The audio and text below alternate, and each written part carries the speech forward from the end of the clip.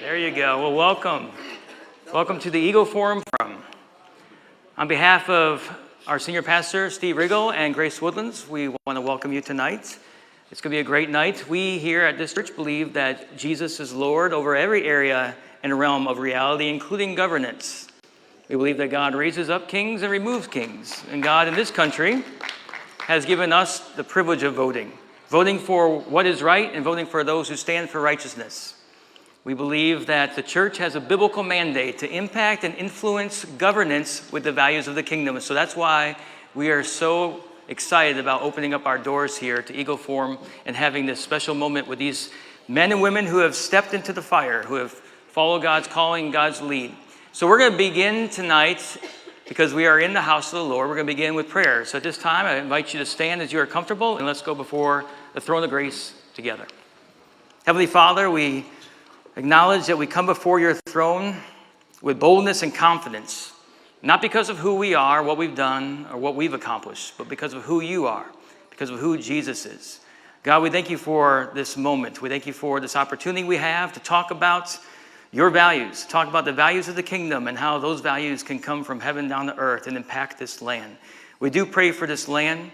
We pray that this country, once again, from sea to shining sea, from Canada to the Gulf of America, that it once again become one nation under God. So would you give us all wisdom and discernment so we might elevate and elect those who you have called to rise up in a time such as this.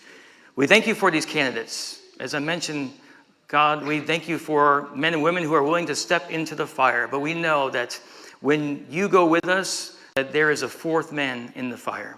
We ask for your hand of protection to be upon these candidates and upon all of us, but particularly upon these candidates and upon our elected officials, wherever they are across the country today. We ask that you protect them. You also raise up your church and your pastors to be a prophetic voice today. And may your people once again return to you and be agents and ambassadors of your kingdom wherever we go. We give you this evening. We pray that whatever we say or do or think be honoring to you and would bring you glory. We pray all this in the matchless name of Jesus and in the power of the Holy Spirit. And all God's people said, amen. And if you remain standing, please, we're going to have a pledge to our flags. Okay, there we go. So if you'll join me, I pledge allegiance to the flag of the United States of America and to the republic for which it stands, one nation, under God, indivisible, with liberty and justice for all. And now to the Texas flag.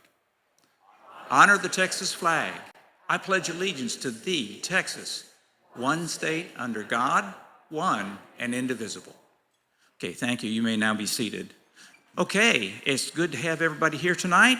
And our moderator for the evening is Justice J. Wright.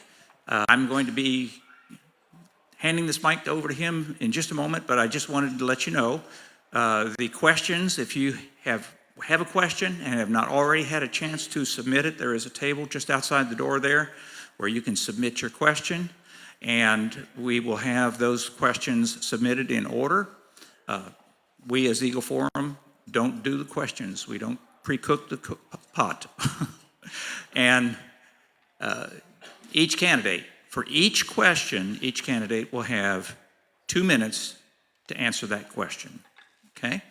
We'll go through as many questions as we can, and if I can see the first set of questions coming in, each candidate will start out with 2 minutes of introduction, and then we'll have the question and answer time. And then there will be 2 minutes for closing statements, rebuttals, whatever they choose to use that 2 minutes for. So sit tight and enjoy and listen and learn. Thank you. Well, thank you all very much for being here. I only want to make one comment. This is the Republican primary candidates. And I think everybody here is a Republican, or should be. And I just want to remind everybody, including the candidates, that we're all on the same team, okay? And so with that, we begin, and we're just going to go right down the line, and it looks like Congressman Crenshaw's not here, so we go to Mr. Etwop first. Thank you, Justice Jay. My name is Martin Etwop, and I need to slow down. I talk too fast sometimes. I'm running for U.S. Congress. I'm so honored to be here today. Nick, Steve, it's a pleasure standing here with you. And for everybody in the room, thank you for coming. My wife and 2 kids are back there. They are the reason for why I do what I do. They're my inspiration. Being my inspiration, I always say this nation is at a crossroads. We are at that point where, the Bible says, when the foundation is shaken, what shall the righteous do? Since for too long now, the righteous has sat back and let the foundations crack. That's why we're at a crossroads. And so that means it's the righteous, the Christians, you and I, get up and try to bring back our nation to where it needs to be. And that's why I'm running for Congress, because I believe that we need men and women in Congress who stand for our values, our Judeo-Christian values. Men and women who believe that elected officials should be accountable to the people they represent. That's why I'm running for Congress. And I'm running because as Americans, there comes a time when we say enough is enough. We can't keep accepting all those nonsense. Okay. Socialism, communism, and everything else that's coming up. Someone has to push back. And that's why I'm running, to push back on all those. For far so long, our elected officials have spent so much time on the expediency, doing what is easy, what's simple, what is exciting, not what is right. I'm running to do what's right for America. Thank you. God bless you. And I'm told that Congressman Crenshaw had to be in Washington to vote on a bill, and that's why he's not here, so he will not be here tonight. And now, Mr. Plum. Thank you. Thank you all for being here. Justice Jay, Martin, Steve, appreciate it, everybody out there. My name is Nicholas Lee Plum. First time really stepping into the politics thing, and I'm going to start right away with an assumption, and that assumption is that you guys are here because you believe a nation is more than just an economy, and that citizenship should mean something, and that the government which derives its authority from the citizens should serve the citizens. And I'm concerned personally that that's not happening. I feel like there's a 3-pronged war right now on the middle class. We'll start with the importation of cheap labor. Washington is allowing visas to come in and just take jobs left and right. Second prong is offshoring. We're told we have to compete globally. Your job's going overseas, that's just the way it's gonna be. The third prong is AI. AI is eliminating jobs today. You may not feel it. I work in big tech. I'm telling you, it's here, it's real, it's very scary. And it's happening faster than families can adjust or adapt. The government seems to have zero plans for it. So I stand here as a guy that's lived on both sides of it. I started in the Army, worked my way up, enlisted at 18, went to Walmart, worked my way to being a store manager, to the position I'm in now. I've seen how programs are rolled out. I've seen how technology is released. I've seen what it's like when labor is reduced to a line item on the P&L, and it's not a great thing. As AI comes, everything's accelerated, right? The offshoring is going to get worse. The visas continue to come in. We've got 42% of the 2025 graduating class unemployed or underemployed. 126,000 tech workers were laid off last year. 467,000 visa workers were brought in. Tell me that's your government working for you. It's not. I'm here because I believe I have the background and the skill set to lead us into the future. Here to take your questions. Please hit me with them. Appreciate it. Thank you. Now, Mr. Toth. I'm Steve Toth, and I want to thank Nick and Martin for being here tonight. You easily get dozens, I'm not kidding you, dozens of requests at this time of the year to be at a podcast or an interview or a debate or to answer surveys and questionnaires. It's never ending. And I want to thank you guys for taking the time to be here tonight, something that Dan Crenshaw didn't do. Look, at the end of the day, I think the greatest frustration so many of us has, there's a cynicism in our nation that starts with people that say that they're going to Washington, that say that they're going to Austin. that they're going to represent us and not the swamp, not the Washington cartel, as Ted Cruz has put it. And as soon as they get there, they become part of the problem. Nick jumped into it a little bit ago when he talked about unchecked immigration. Let's look and see what government is doing right now at the state and federal level. We give tuition revenue bonds, untold amounts of money to the universities who loan more money to students, only so that they have more debt. They get out of school, and then what happens? How does the government thank them? They give H-1B visas to kids from China that have little to no debt. Meanwhile, the children here in the States, kids that are getting into the workforce, have $30,000 to $45,000 just to service their school debt before they ever make a dollar. It's not right. It's unjust. And one more thing. Of the 1 million people that we bring into the United States every year, 1/3 of them go directly onto the welfare rolls. It's breaking us. Right now, it's not an issue of debt. It's an issue of monopoly money that's being printed in Washington, and it's got to stop. God bless you.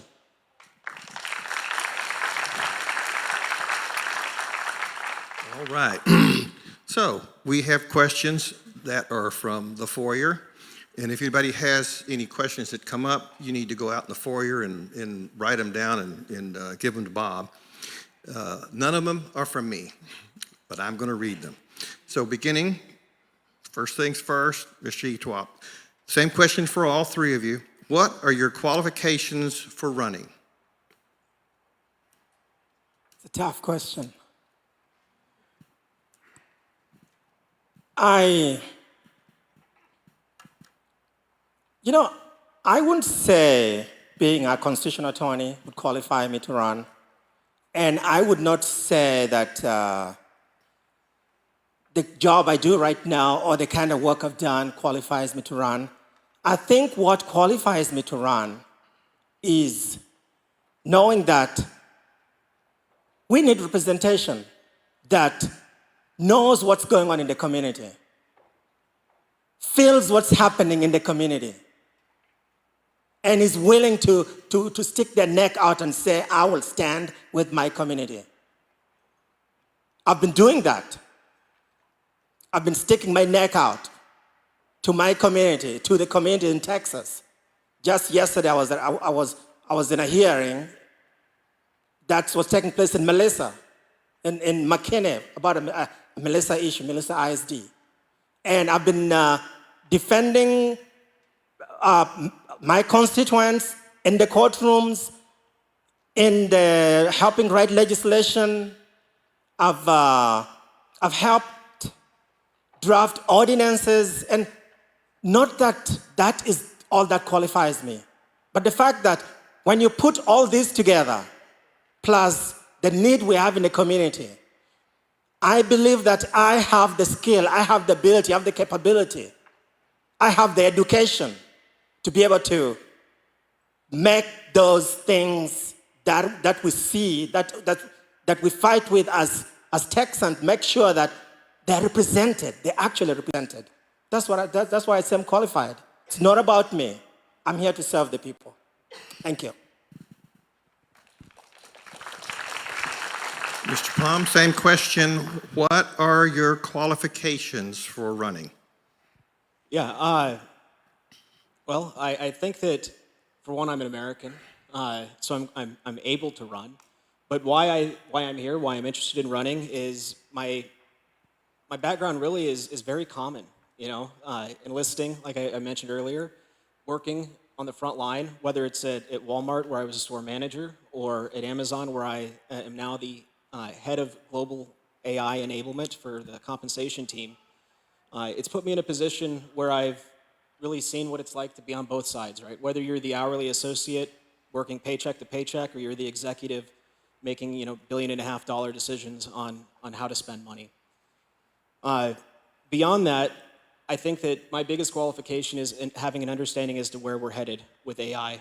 And as plainly as I can put it, I thought just a couple years ago AI was about making a cool picture, right? A pig with wings. Maybe it was making a funny song. I like to make those. But I got my hands on enterprise level AI. And what I'll tell you is that is completely disruptive technology. It's going to change everything. Whether it's talking about what our children are exposed to in school, you can no longer just go read the library books and see what your kids are going to be exposed to. When education is connected to models that are globally consistent, we have very little say. When AI can replace jobs, and we're talking jobs at the top echelon down to, I don't know, a scheduler or a secretary, everybody's at risk and everybody's at danger. Finally, I've seen what visas are doing. Myself, I'm concerned. I'm going to be laid off at any time now. It's getting bad out there, and my qualifications are a deep passion that my two kids out there have the same opportunity that I have, that they're able to work hard, grind, and still make success, and not just be fighting an uphill battle. So thank you.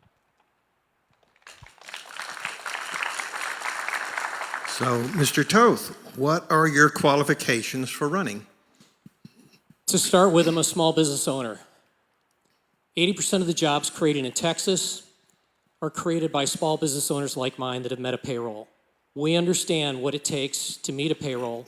We understand what it takes to stay in business and not go bankrupt. Unfortunately, the federal government, the state of Texas, does not. I'll tell you a quick story to go along with this. My freshman year, we tried to pass a budget, and they did pass a budget. 38 of us voted against it. Why? Because the Wall Street Journal actually wrote a story saying Texas owes Sacramento an apology. Or in fact, they said, Texas has gone Sacramento, Texas owes California an apology, having just passed a budget that increased spending 40% while giving property taxpayers no relief whatsoever. One of the guys that sat in front of me was a freshman as well. And when I talked to Rick before we went out on the House floor, Rick said he was going to vote against the budget. I said, seriously? He goes, absolutely, I'm going to vote against the budget. How about you? And I said, absolutely, I'm voting against it. What happened when it came time for the budget to be voted on? Rick surprised me, and he surprised himself and voted for the budget. And then the most bizarre thing happened. Joe Strauss came down onto the House floor, put his arm around Rick, and said, Representative, you've had an incredible session. And that's all it took. We lost him. Rick turned around, and you would think that the Lord Jesus had just touched him on the shoulder. And from that point forward, he became the possession of the leadership in the lobby. And that's something you don't know, not even a member knows until they get there, to know if they're going to be able to stand strong. I will, I have, and I will continue to stand alone and to stand strong and do what's right.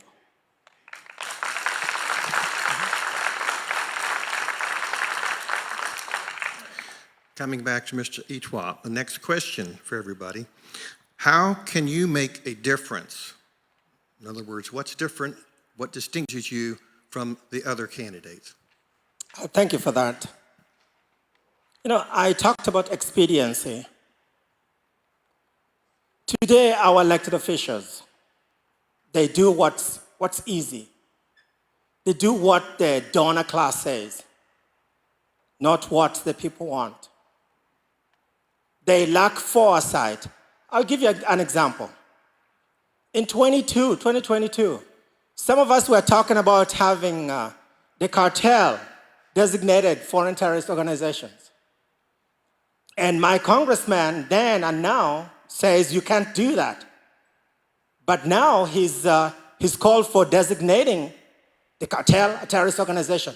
Some of us had the foresight 3-4 years ago, and our congressman just bought into that recently. I'll give you another example.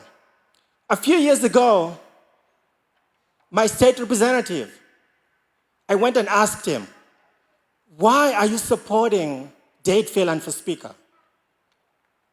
And my representative, he's like, you don't know what you're talking about. Phelan is the best speaker that has happened to Texas ever since past 20 years. The rest of us were saying, no, Phelan is a bad guy. Get him out. Don't vote for him. He told me I didn't know what I was talking about, just like the congressman said before, we didn't know what we were talking about. A few months later, my representative is now, when President Trump said Phelan is not a good candidate, a good speaker is not good, my representative changes and now supports goes against Phelan.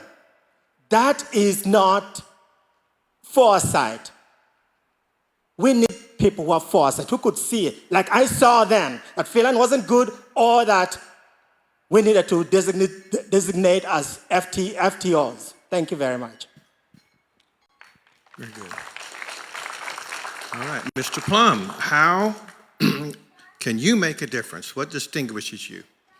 Yeah, big decisions are generally made with data, or I would hope they're made with data. That is something that I excel at. Having led a data team at a global organization, I figured out how to tell very compelling stories with numbers.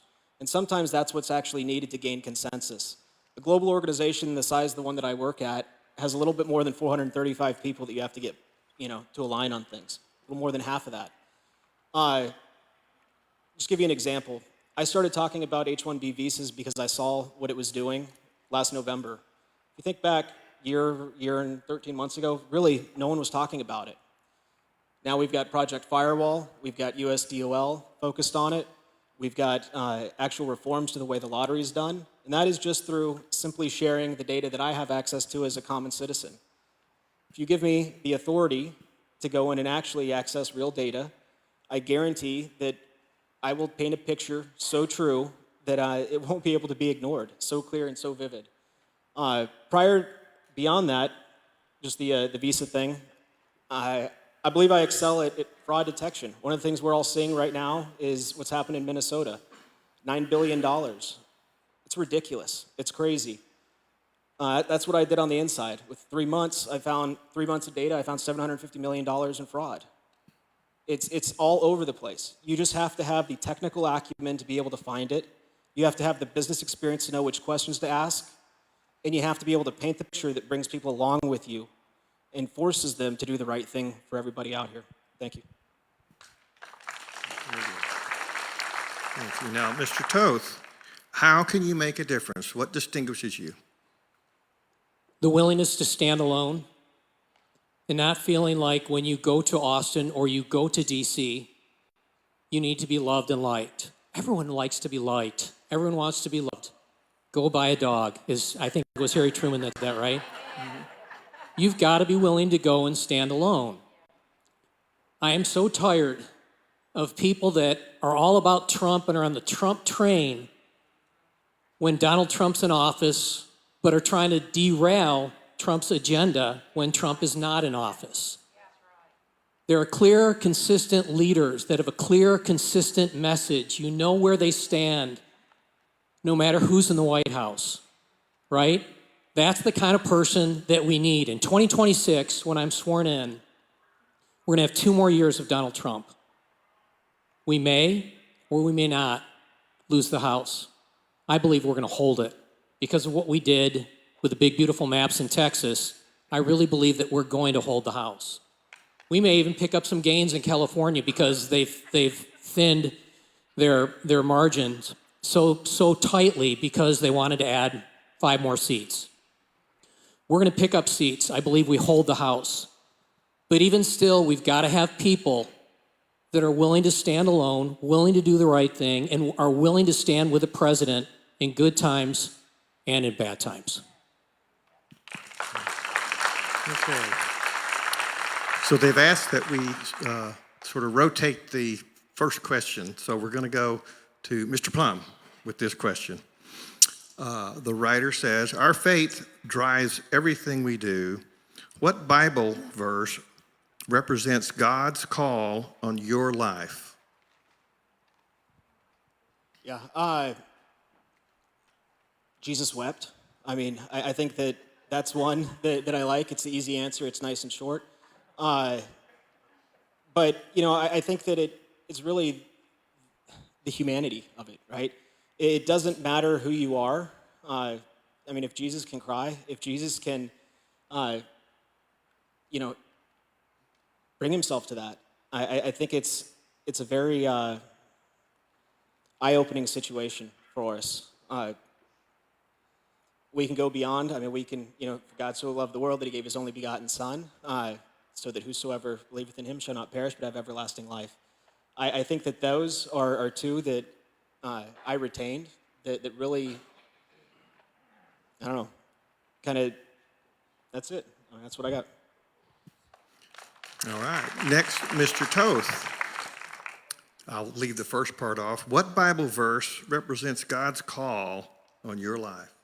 So I was raised in a Christian family, and you hear a lot of Bible verses, and you memorize a lot of Bible verses. And my brother Chip was in Navigators, and so he got me at an early age to memorize verses. But it wasn't one of the Nav C24 verses that was my favorite verse. It was something that Archie Griffith, who was a two-time Heisman Trophy winner for Ohio State, he was at a Billy Graham crusade in 1980, and he quoted Psalm 37:4, "Delight yourself in the Lord, and he'll give you the desires of your heart." And that doesn't mean delight yourself in God and he'll give you a Cadillac.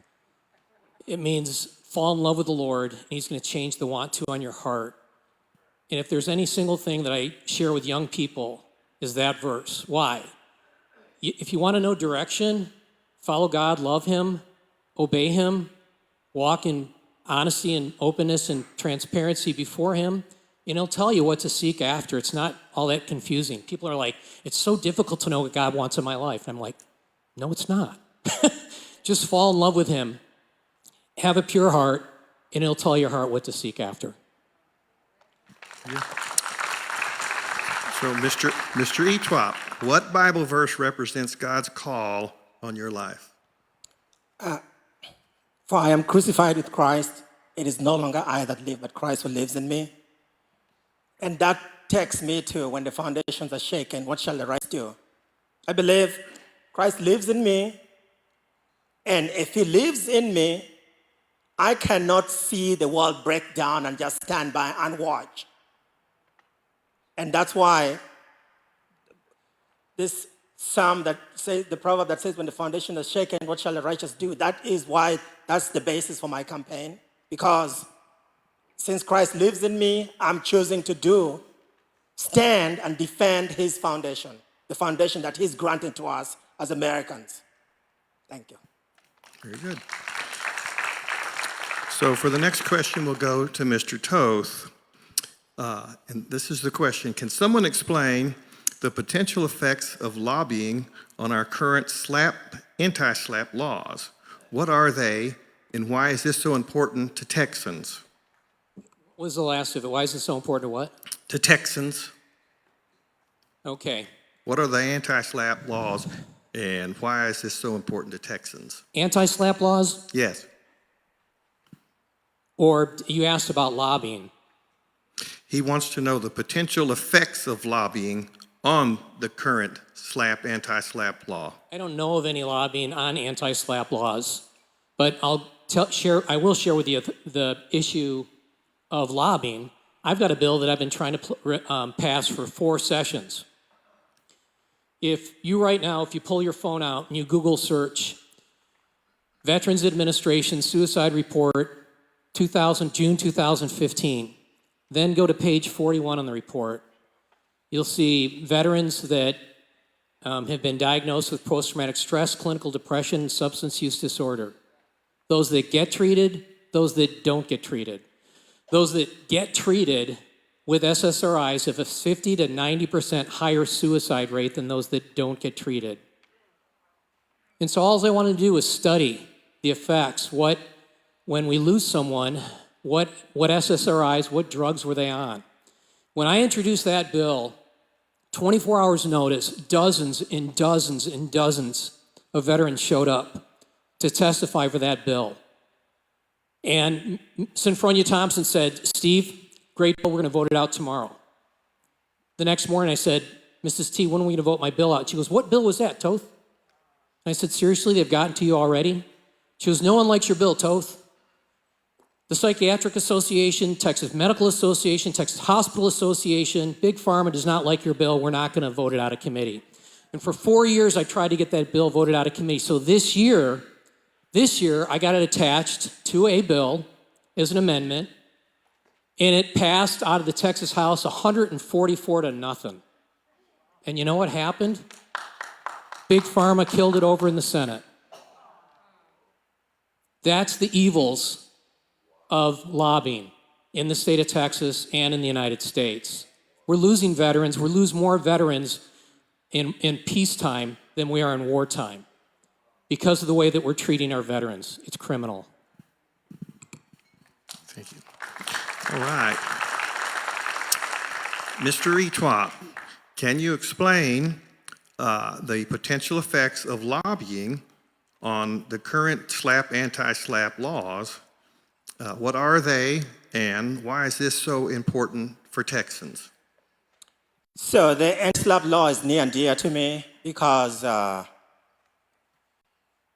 pastors, I've had to defend a pastor who spoke in his pulpit saying, this guy said, there's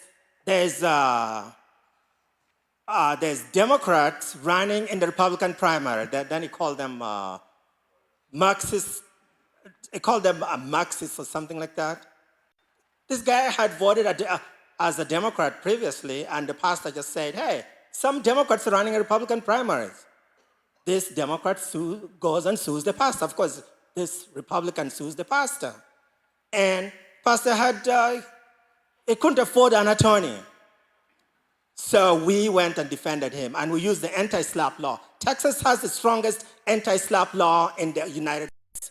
So if somebody comes and sues you for speaking, sues the defamation for speaking truth, Texas law protects you. And we defended this pastor for free. And now, after we won that case, I was so happy. Then we find out the Texas legislature was trying to change the law, taking away because the law says the winning side gets attorney's fees, shall get attorney's fees.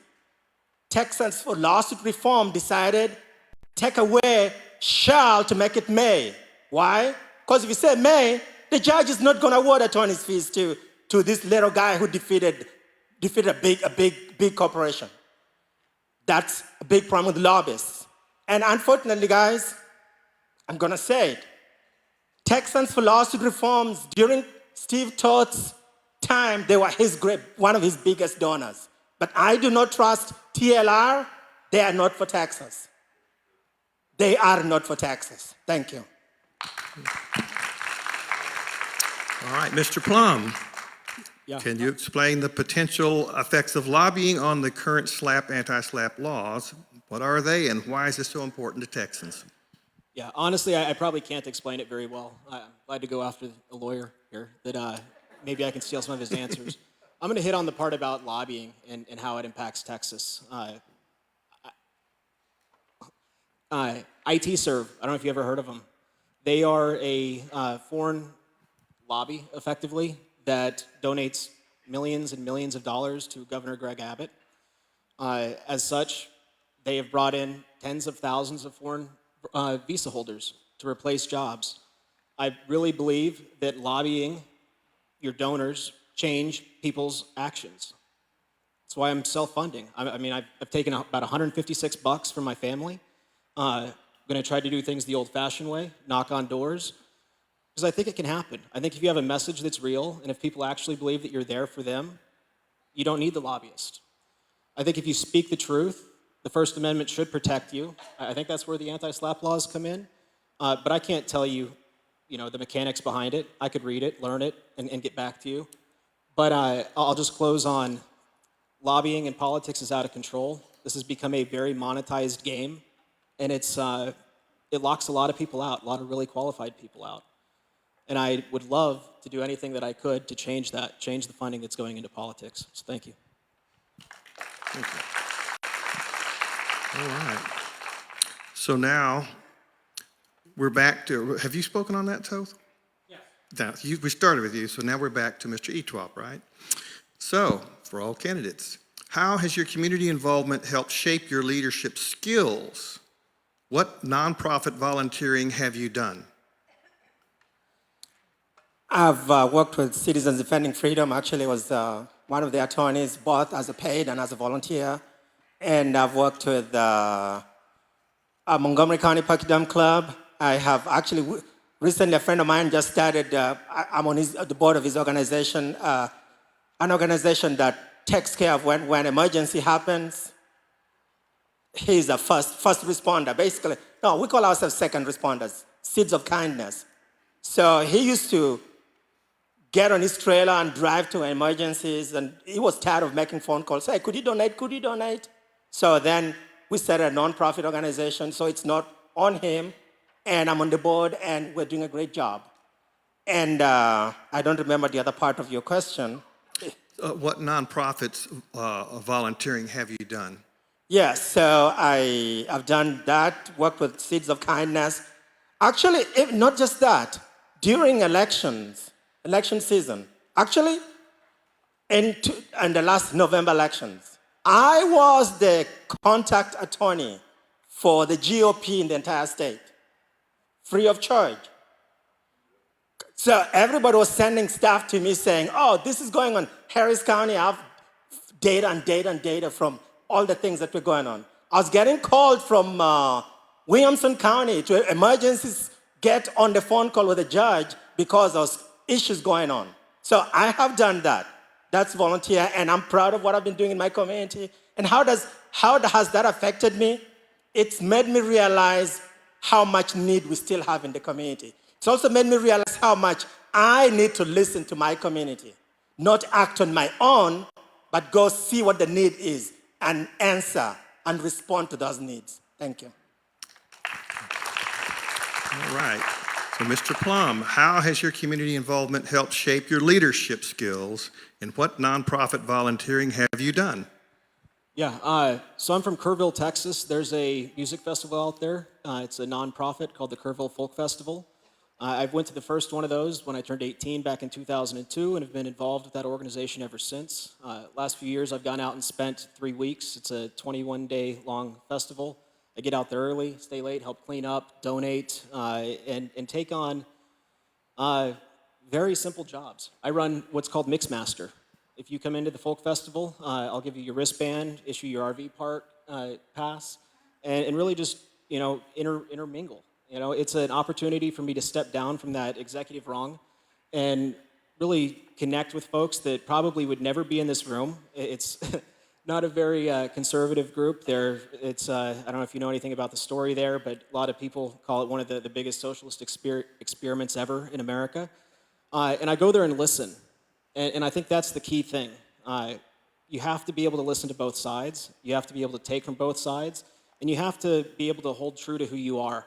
So I go out there by myself, volunteer, donate, and take away great life lessons. It's been largely impactful in my life. So, Mr. Toth, how has your community involvement helped shape your leadership skills? What nonprofit volunteering have you done? Over the last 30 years, I've done marriage and family life counseling. I was ordained. I'm a recovering Baptist. I'm kind of a mutt. I'm kind of a Baptist-costal, I guess you'd say.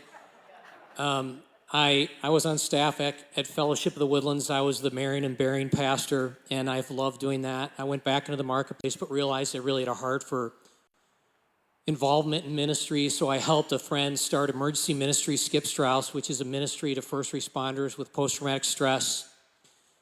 Eventually, fast forward to 2010, met Chad and Kathy Robichaux, and a couple years later, we started Mighty Oaks, which is one of the biggest, most successful ministries in the United States at helping veterans with post-traumatic stress. We've had almost 8,000 guys go through our program. Amazingly, we've lost less than 3 to suicide. That's not to brag about the ministry, that's to brag about the gospel of Jesus Christ and its ability and its power to transform lives and save people. And I guess if there's anything that I learned from all of it, it's listening than any single thing. It's just listening to people and helping people to know that they've been heard.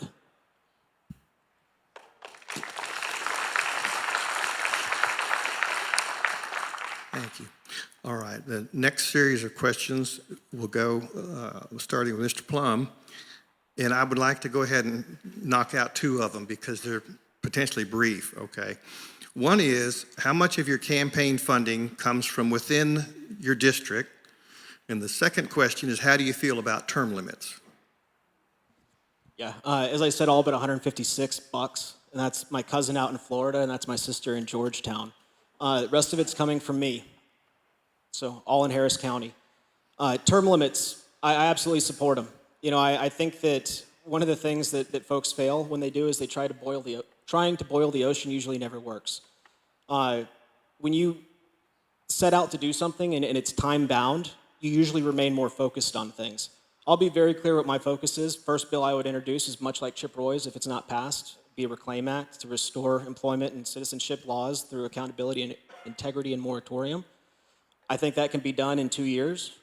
If that gets done, I'll go, or I'll stay if that's what you want. Long term, I'm 41 years old. I don't want to be doing this when I'm 50. I want to be in the woods, far away. So I mean, I can commit here today to no longer than 9 years, which I guess would be 8 by the time we get to 2026. That's it. Thank you. So, Mr. Toth, how much of your campaign funding comes from within your district? And also, how do you feel about term limits? Probably half of our funding has come from within the district. The other half has come from small donations all across the state of Texas. We have not taken any political action committee money. We've had some 800 different donors from all across the state of Texas, and yes, some people from outside the state of Texas that feel that we need change, that we need help in Washington, D.C. We need somebody that's going to be a person of the people and not the swamp. And look, I'm grateful and I'm proud of the people that have stepped up to help us. A lot of very small campaign dollars, and yes, some big ones, but at the end of the day, the vast majority of the money that's come in, none of it has come in from corporations or political action committees. Number one, as far as term limits, I have signed the term limit pledge every single year that I've been in office, and I will gladly sign it again. I have no intention of being in D.C. more than 8 years. Okay. And so, coincidentally, the next series, Mr. Okay. Yes, so I'll answer Go the ahead. same question. I think most of my donation has come from either the district or from the Houston area. A few have come from friends of mine I worked with, actually 2 or 3 that I worked with in Tesla many years ago that we used to do ministry together with. So 2 or 3 from California, but everything else is from the district or from Texas. And second question, That was the how do you feel about term limits? yes. I know that a congressman should be in office for at most 3 terms, 6 years. Because we have so many people who've gone to D.C. to make it a place to get rich, a place to build connections. D.C. should be a place where you go to serve. Like when our founding fathers, the way they did it, people would actually go, briefly come back home. That's what D.C. should be about. It shouldn't be a place where we go and stay and retire and build a name for ourselves. You know why we have a problem in America today? Because we have people who've been there for 50 years. And you know what? That's our problem. We're the causes of that. We need to if I win, and I win again, and I win again, I'll be in Congress for 6 years. That's it. That's my promise to you. Thank you. Okay. So is it Steve, are you next? Okay. The question is, what are your concrete plans to address political Islam in our community, state, and nation? Political what? Islam, political Islam. Oh, political Islam. Is there any other kind of Islam? So, there are Sunnis and there are Shias. There are Shia Persians and there are Sunni Arabs. Islam is not a religion. Islam is a military force. Islam is a political force. There is a reason, in going all the way back to the 20s, why people from Islamic nations were not allowed into the United States. Because even back then, both Democrats and Republicans said, Islam has no desire, and people that follow Islam have no desire. In fact, it's antithetical to Islam to come in and be part of this melting pot that we call the American experience. They're against it. They will never become part of it. There are moderate Islamists and there are fundamentalist Islamists. There's no such thing as extremist Islamists. Why is that? Because if you follow the Quran and the 6 hadiths of Sunni Islam or the 4 hadiths of Shia Islam, it's going to call you to violence for people that are not Islamists. They're about subjugation and they're about taking control. Look at Western Europe right now and what is going on. Prior to 600 AD, all of Northern Africa was Christian. All of the Middle East was Christian. But this is Islam. And we're seeing a rebirth of it today in all of Europe and right here in the United States. Look at Dearborn, Michigan. Look at Minnesota. Look at Texas. And what's going on with Epic. We have absolutely got to take a stand against this. Absolutely have to take a stand and say, this is not a First Amendment issue. This is not an issue of the Establishment Clause. This has got to go. Mr. Etwop, what are your concrete plans to address political Islam in our community, state, and nation? We have an Islam problem because the church has lost its way. If we want to eliminate Islam as a church, we need to get back to doing what we've been called to do. How is Islam taking over Texas? They come with social services. They come with generous givings and stuff like that. As a church, we've forgotten about that. We've forgotten about that love that God has given us, where we take care of our neighbors. You know what happens? If a church doesn't take care of their neighbor, the mosque in Houston, if a guy says, hey, my baby needs diapers, and the church doesn't respond, guess who's going to respond? The mosque in Houston. And when they do, what's this parent going to do? They're gonna join the religion. So the church needs to get back to being a church. We need to get back to that heart of compassion. Yet at the same time, like Representative Tota said, Islam is a threat to our nation, to our way of life. Yet at the same time too, because they call themselves a religion, we cannot ban Islam. Our constitution does not allow us to do that. But we can put limits on how they behave.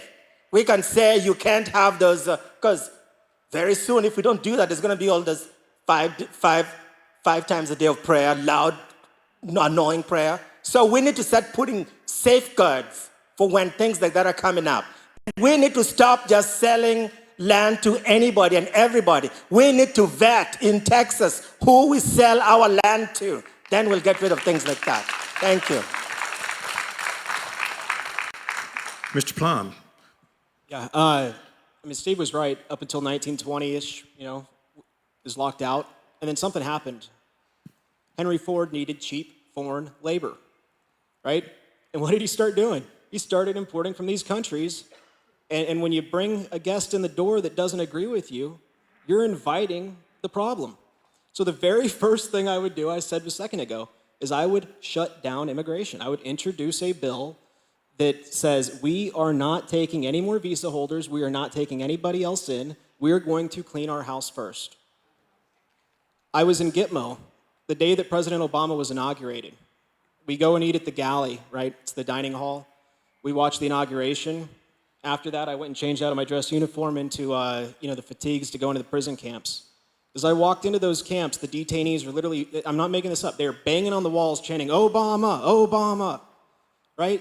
I mean, I don't understand how we have gotten to this point where we're allowing our own politicians or our own political, misalignment to divide us to such a point that we just close our eyes to what's actually happening. So I think it's like triage, you stop the bleeding. I agree with what you said. Christians have to model better, right? I think that there's a lot of opportunity to win hearts and minds, But I'll tell you from being in Gitmo, a lot of them you're not going to win, ever. There ain't nothing you can do about it. So I'm going to shut the door. There should be zero foreign ownership of any property in this country, in this nation, if we want the nation to remain ours. So thank you. And now they've given me the signal. It's time for your 2-minute closings, beginning with Mr. Etwop. That went fast. Thank you so much for being here. And America, like I said at the beginning, is at a crossroads. We either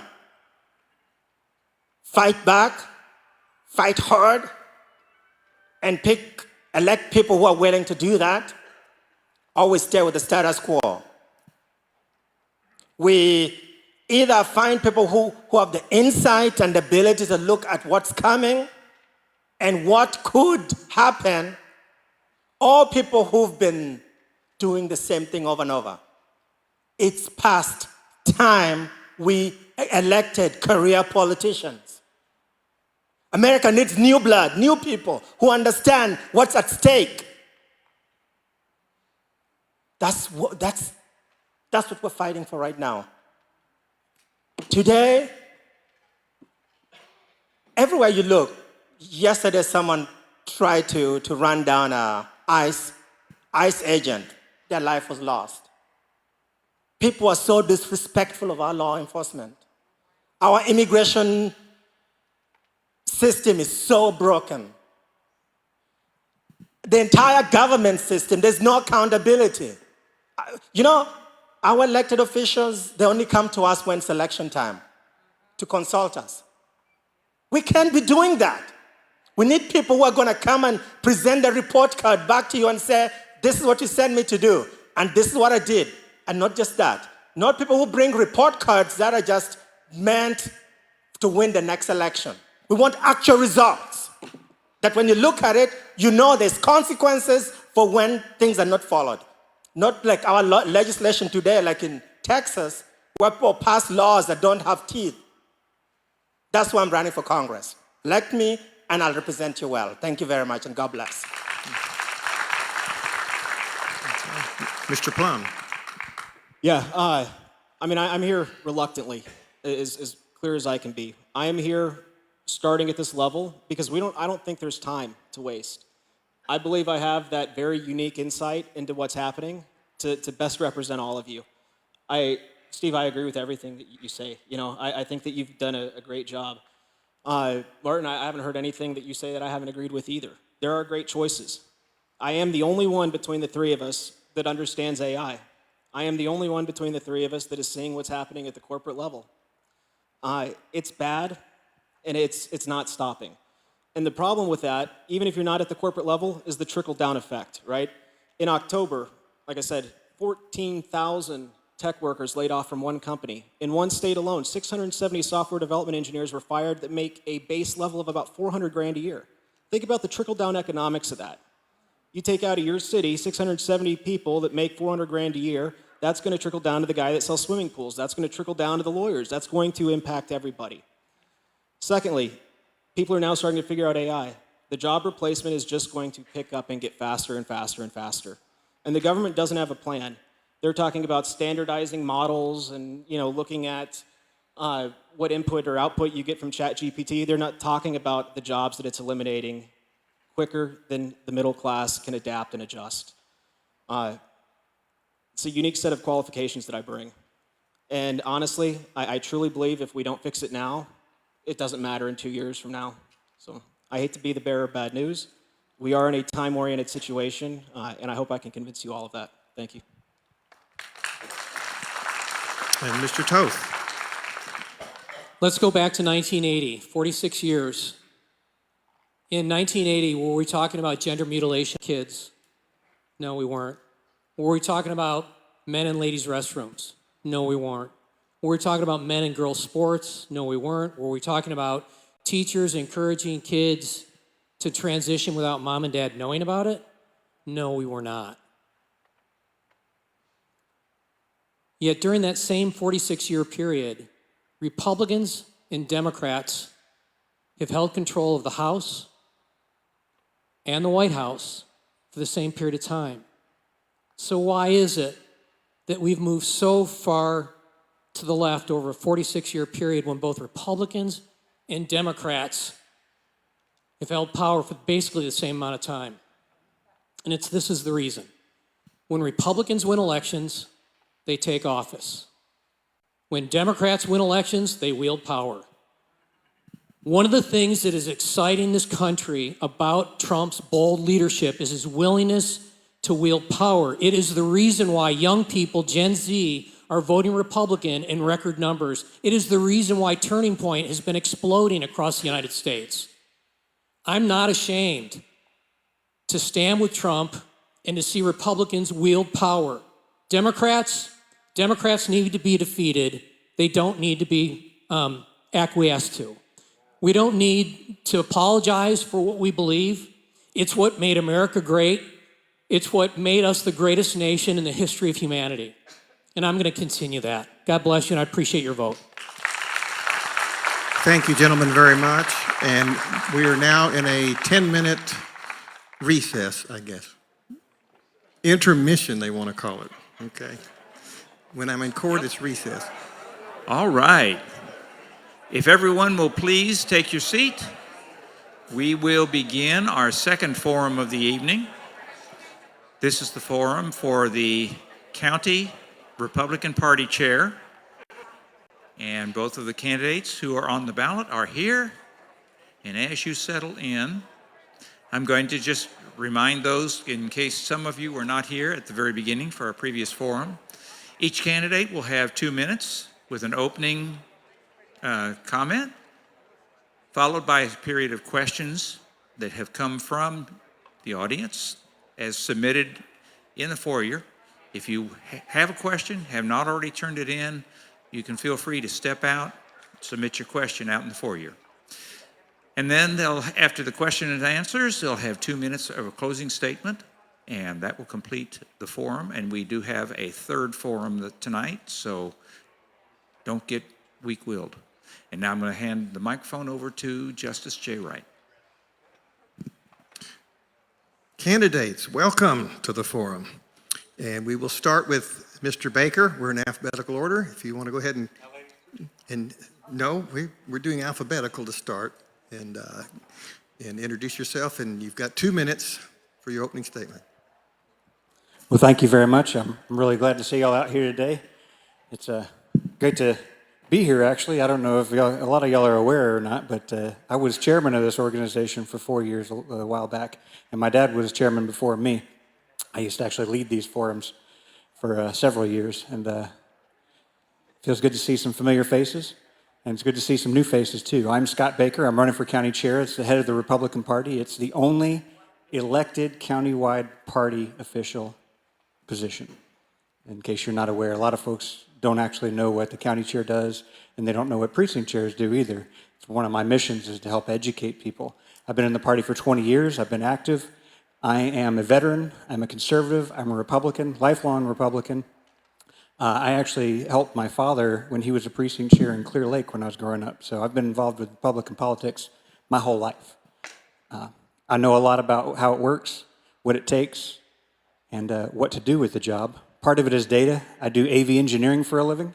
I design this stuff, screens, speakers, all that technology back there. I help people use it, help people communicate. I also do videos. A lot of people have seen my videos, making informational videos about what's going on in the party and why I think I'm the best candidate to take us forward. One of the things is as an engineer, I deal a lot with data and math, right? And that's an important part of this job is to be able to analyze the data we have coming in, to look at the information that's coming in. But the other part is I'm also an elder and worship leader at my church. My wife and I, my beautiful wife is back there. We have 6 kids together. And I'm a Christian, and I have preached, and I have taught the Word of God. I fundamentally believe it in my heart. I love Jesus. And behind every one of those data points that we look at is a person, is a voter. And we must communicate with the voters. We have to be clear. We have to speak about who we are. Scott Baker, thank you. And Ms. Withrow, you've got 2 minutes. Okay, well, I am Gwen Withrow, and I am your current county chairman. I took over just less than 2 years ago, and the party was in disarray. And I will say that I have done a really good job of bringing it together and putting it right on the right path. I credit myself for that because when I was working, when I got paid for what I'm doing, I was the chief financial officer at a 2-year school, which meant that I had employees reporting to me and had to run all of the administrative duties of the college. I am also a CPA, so I have a lot of experience with financial data.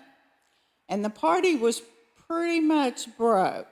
So in the past 2 years, well, it's not even 2 years yet, I have been able to fundraise enough that I have out-fundraised what the party raised for the past 6 years previous to me.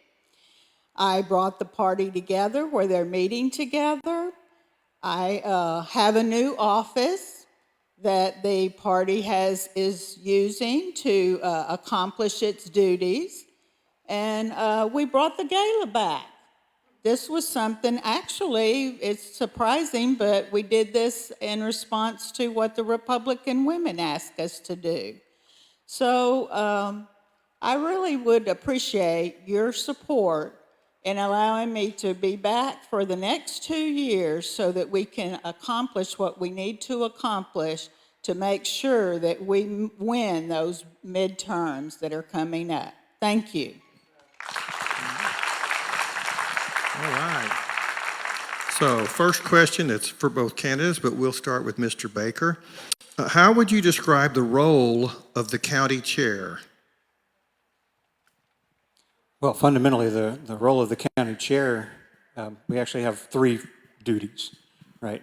The first one is to run the elections. We run the primary election especially. We actually have a special account that we're responsible for to help pay for that, and it's funded by the state of Texas and the RPT. We run the elections. We staff the elections. We have to make sure that all of the election locations are fully staffed. We work closely with Election Central to do that. Number 2 is we have to grow the party. We have to stay, everybody knows that we're growing like crazy. We have to grow the party. It's something that we're not doing right now. We're actually falling behind right now in the last 2 years. Our numbers aren't good. We are going down. We're going in the wrong direction. We have to grow the party to stay ahead. Number 3, we have to represent the voters. The Republican voters are the party. Not the CEC, not the precinct chairs, not the county chair, the Republican voters. In fact, the Texas Election Code says that the Republican voters are the party. I have a fundamental disagreement with my opponent here because she thinks that the CEC is the party. I believe differently. I want to keep, that's the reason all my signs say let the voters decide, because I'm not trying to take control of the party into a room in a back room. I want to keep it in the hands of the Republican voters, and I will do that.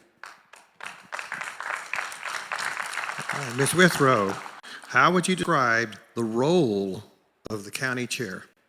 Well, I agree with a few things that Mr. Baker did say, in that it is the county chairman's job to run the elections, to make sure that they are properly manned, and especially the primary, which is the function of the party chairman solely. But I kind of disagree with some of the things when he said that we were using a back room. There is no back room.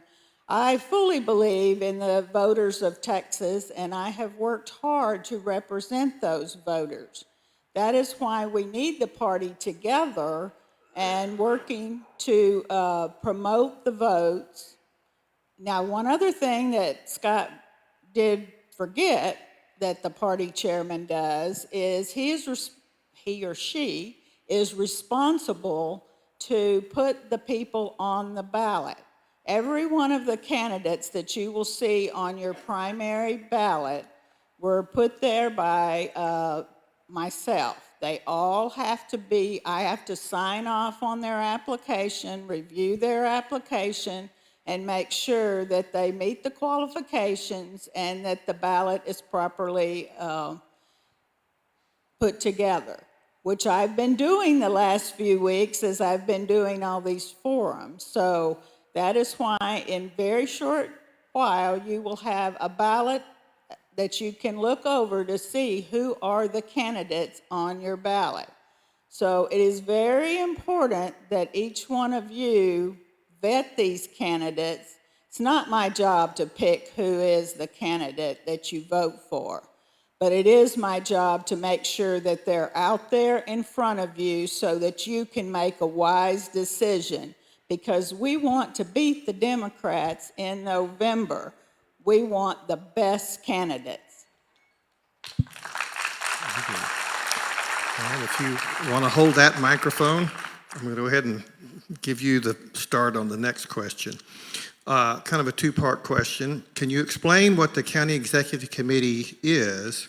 And do you believe that the majority vote of the County Executive Committee should be the final say in decisions made by the county party?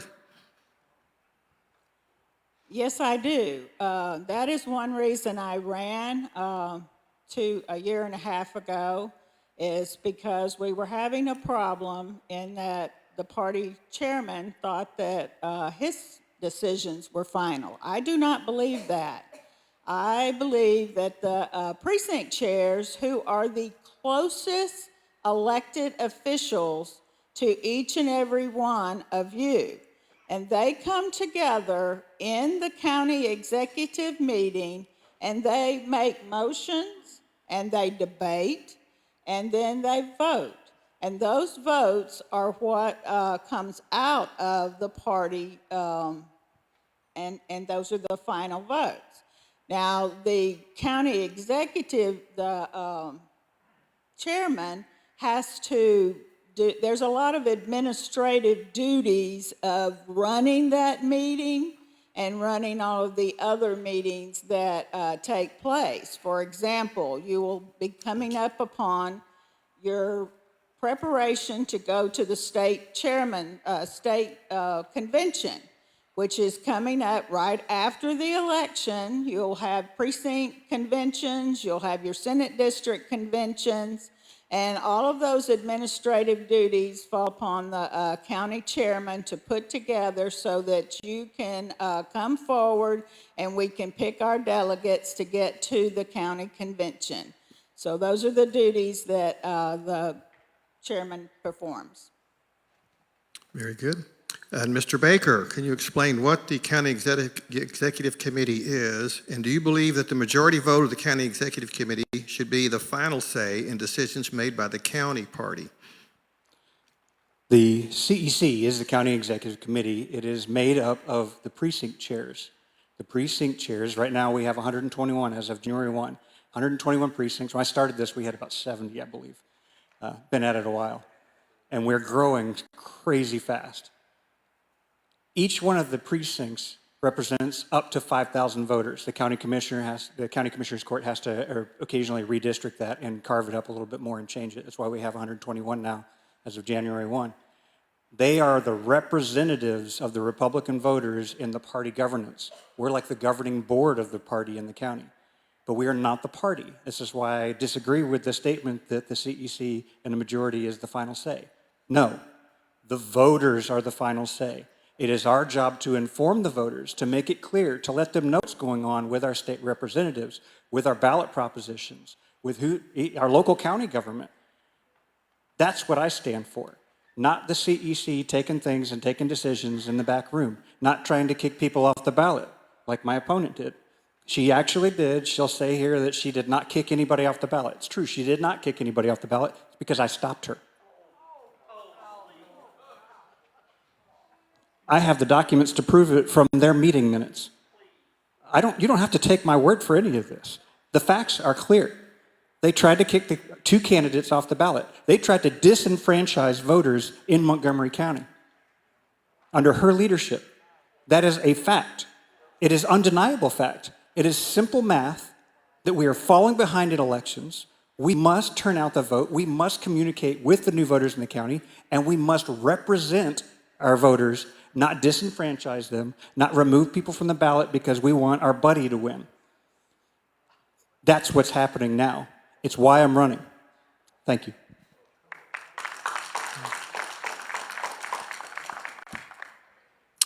Okay, next question. We'll start with Mr. Baker. I believe that's who we're on. What strategies do you have to identify, register, and turn out Republican voters, especially in underperforming precincts? Actually, I've been doing this for years in my own precinct.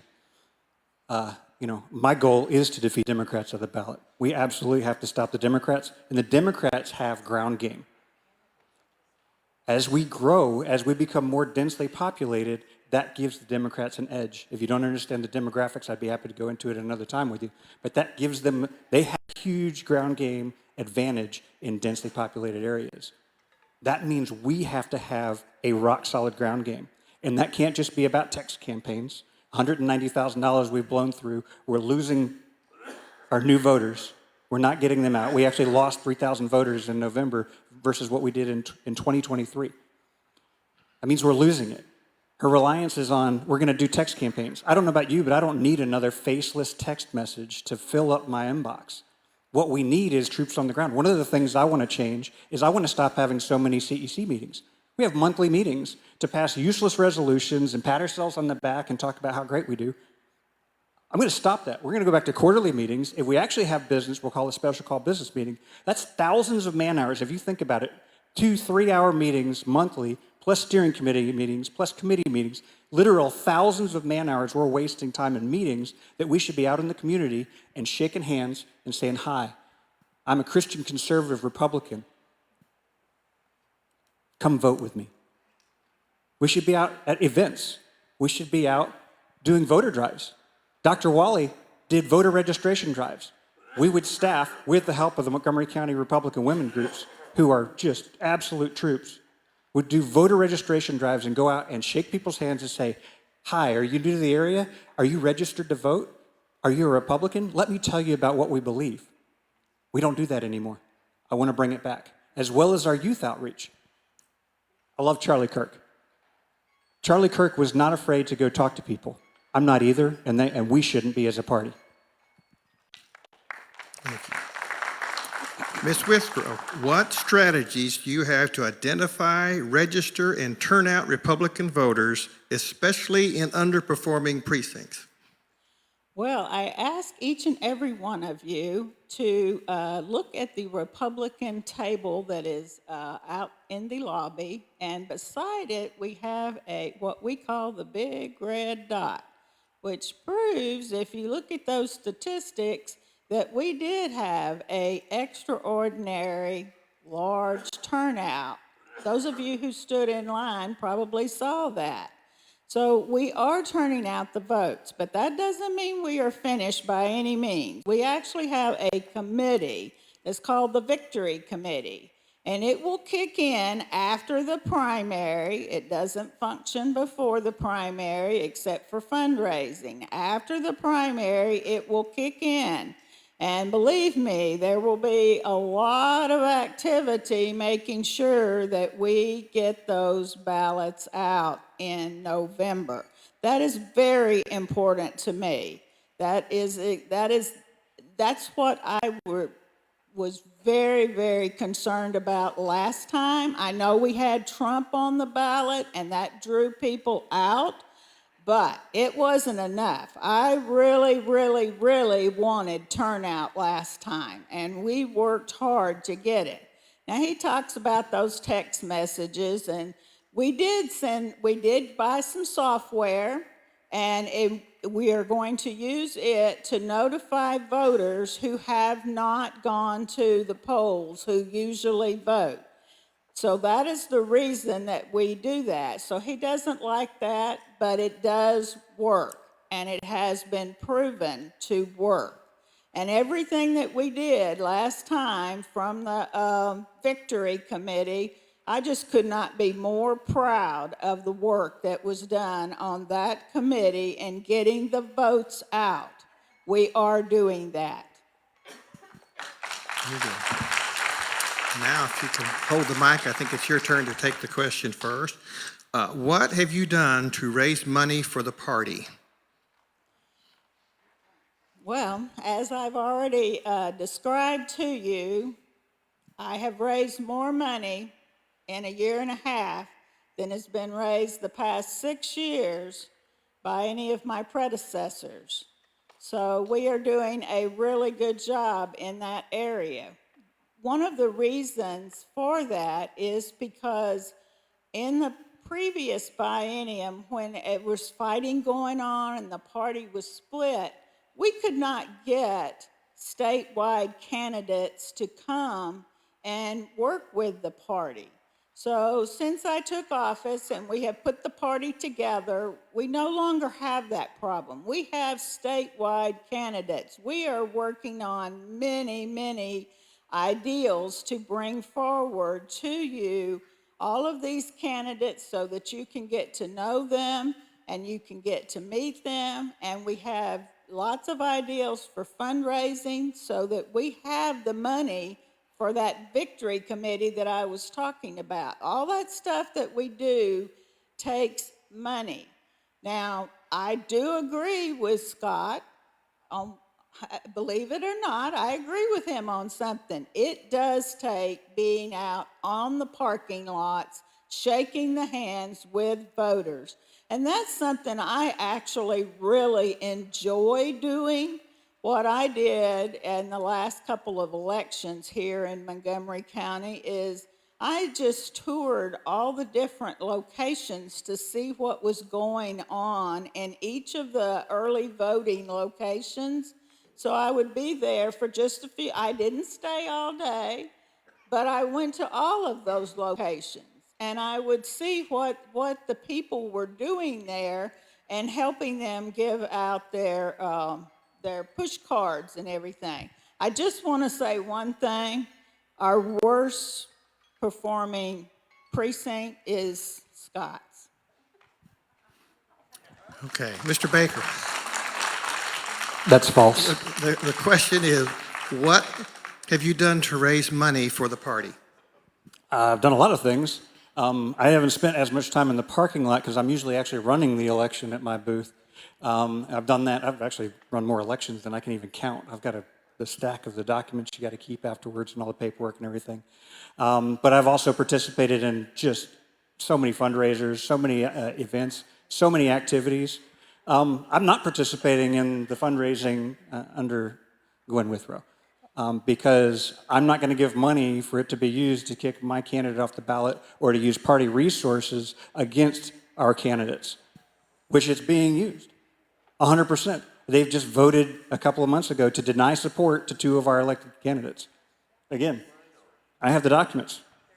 They were not censured. The censures failed. I have the documents for that. I would be happy to show you all the documents. It's basic math. I'm pretty good at math. I do engineering. This is basic math. It's not hard. They were not censured. There should be no penalties attached to it. We should be letting the voters decide, not her in a back room or a bunch of people in a back room, not even 8,000 people up in Austin.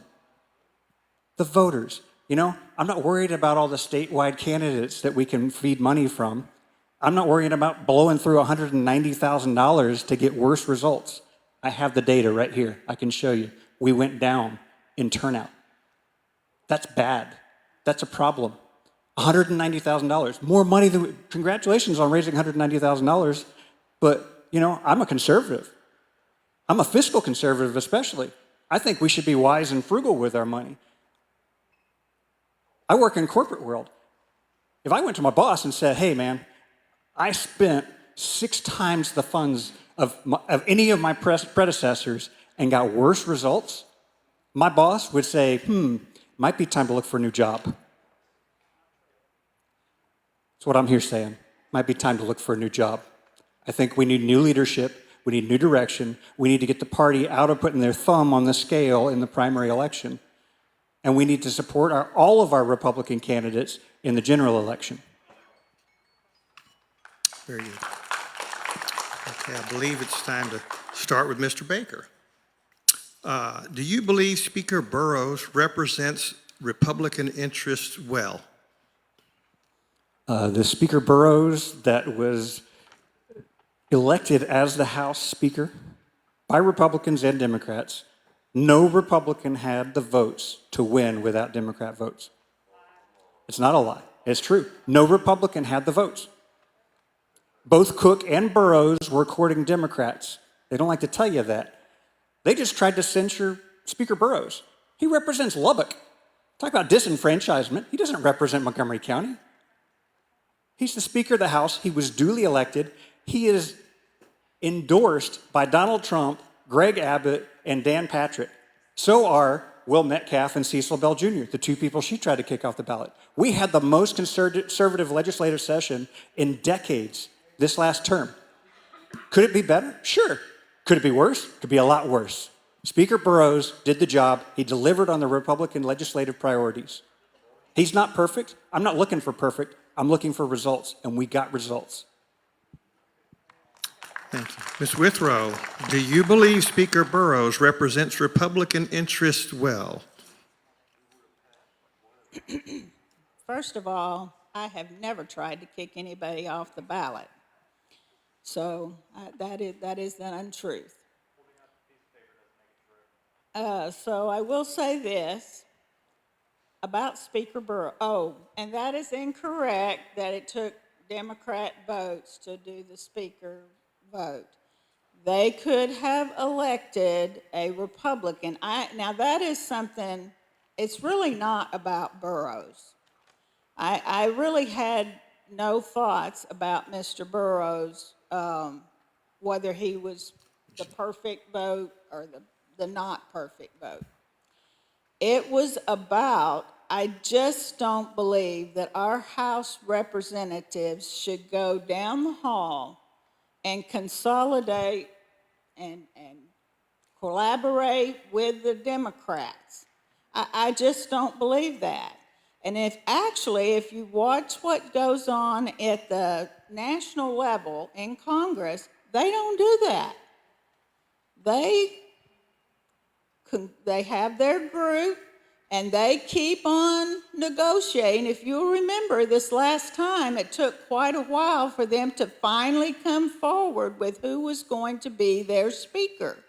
But they did not run over to the Democrats and decide, and make them promises to give them extra money, give them chairmanships.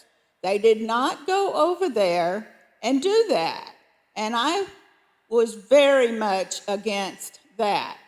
It really did not matter to me who they chose. I just would have liked to have seen our representatives work together as Republicans and come up with their choice without making promises to the Democrats. You want to hold that mic? You're up for the next question. Do you believe in closing the Republican primary so that Democrats cannot choose Republican candidates? Why or why not do you believe in closing the primary? Well, it really doesn't matter what I believe on that. The delegates at the convention voted, and they want the primaries closed, and those are the Republicans. I have seen cases, one of which would be Phelan's race in Jefferson County, where in the runoff, he was able to go and get 1,000 Democrats that had not voted in the earlier part of the primary, and they were Democrats. And he went and got them and got himself reelected, which he would not have been able to do. I know in Austin, we've had a county chairman that was elected by Democrats, which was a disaster. It caused all kinds of problems. So there are problems with Democrats crossing over into our primary and meddling.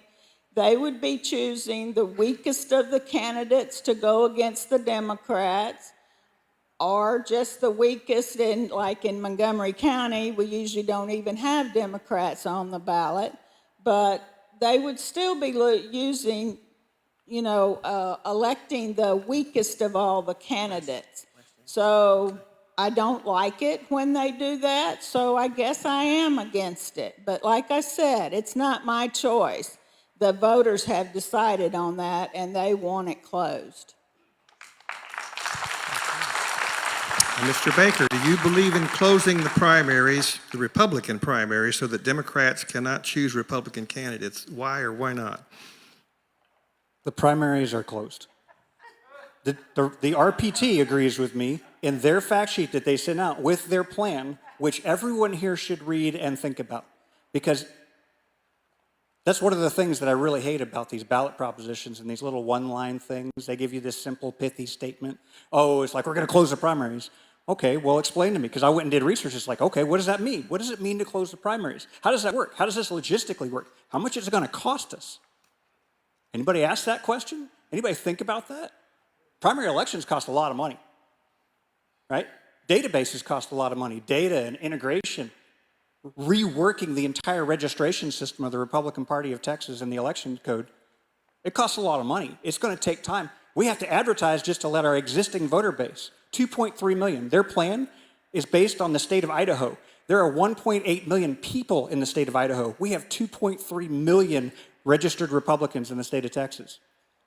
Their plan opens the door to cause absolute chaos for our Republican voters. I absolutely don't want Democrats crossing over. But even the RPT says we do have a closed primary with a same-day registration process, which means that if you vote in one primary, you can't vote in another party's primary. It's closed by definition. If we want to change that registration process, I'm certainly open to that. We could do that pretty simply with the Secretary of State and modifying the database there, and it would cost us a heck of a lot less money. But the plan that the Republican Party of Texas has put forth actually removes a lot of the guardrails on the election law and actually opens up the door for innocent Republicans. Some people might be sitting in this room to go and vote saying, of course I'm a Republican. I've always voted Republican. They just become a felon. Do you realize that? Like Steve Toth, I actually read the plan and read the bill before I sign off on it. I appreciate that about him. It's a good thing. You guys should read the plan and tell me if you disagree with it. And what's the difference if a Democrat lies the same day or 4 weeks before, by the way? Thank you very much, Mr. Baker. Ms. Withrow, that's all the time we have, and we will have a 10-minute intermission. Closing statements. I'm sorry. You want Gwen to go first? That's fine. Ms. Withrow, then. Well, I am here and I am asking for your vote because I really want to continue 2 more years. I probably will not be here after that. I do not want to be, this is not my lifelong mission to be the county chairman, which is an unpaid position for any of you who don't know that, with a lot of work. So, but I do think I need 2 more years to enact the things that I have been trying to enact and to get the party smoothed out. I'm hoping that we get some really good candidates next time that can run, and I will be stepping down to be a really retired person, which is really what I want to do.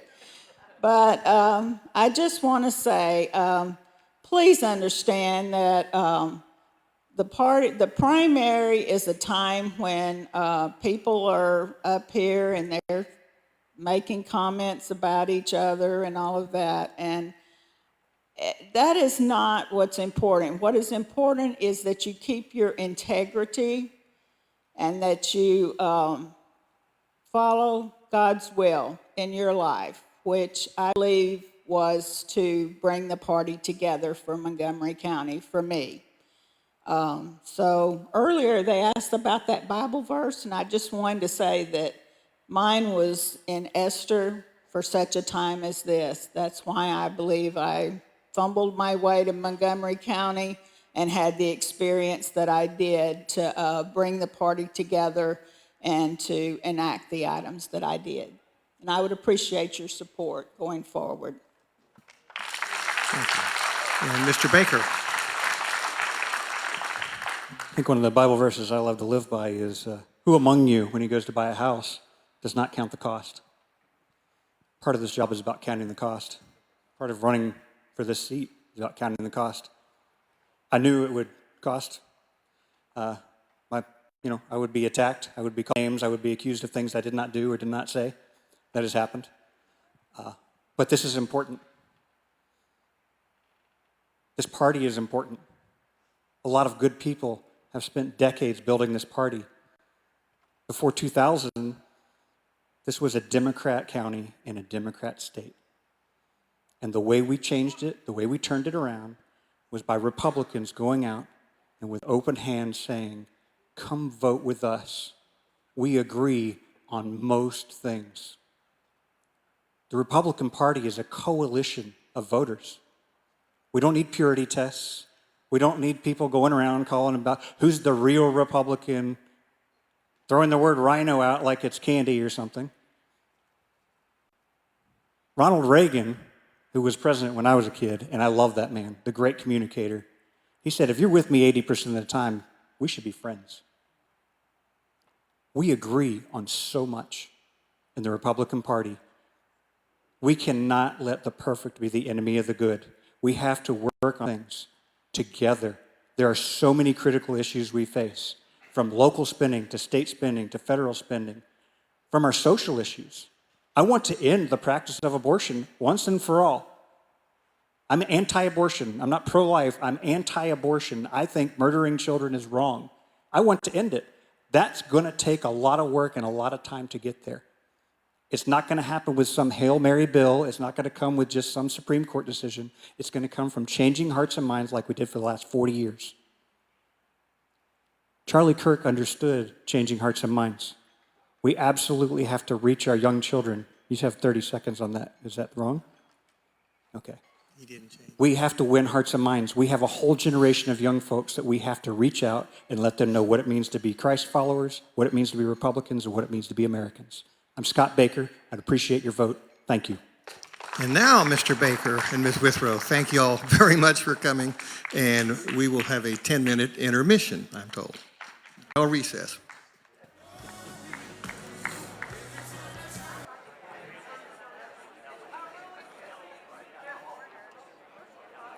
Okay, as everyone reclaims their seat, might want to get a closer in seat. I don't know. These candidates don't spit.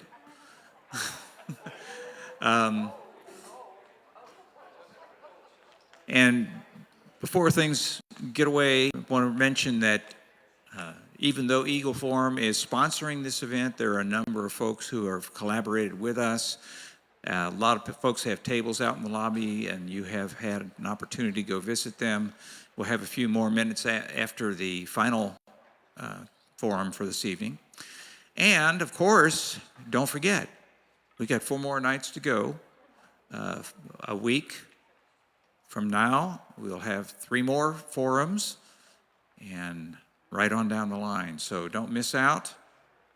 Please make sure that you got that on your calendar. Okay, again, we have 3 candidates for Justice of the Peace, Precinct 1, and these fine gentlemen, I want to make sure they were all gentlemen before I said that, will be having 2 minutes for their introductory comments. Then we'll go into a question and answer period, and then they will have 2 minutes to close. So please sit down and take notes. And even if you're not in JP1, there are things to learn. Okay, now to Justice Wright. Thank you very much. And again, a second reminder on buckets, donation buckets on the Eagle Forum table out there to help with the expenses, because there are expenses associated with these events, all 5 of them. We're going to start in alphabetical order as we've done with the others. And so if Mr. Carson, you want to go ahead and give your 2-minute opening. Thank you, Jay. Good evening, everyone. My name is Scott Carson. I'm running for Justice of the Peace, Precinct 1, Montgomery County. I'm a lifelong resident in Precinct 1.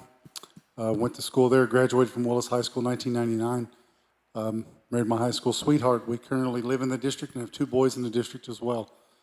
A senior at Willis High School and a 9th grader as well, who we homeschool.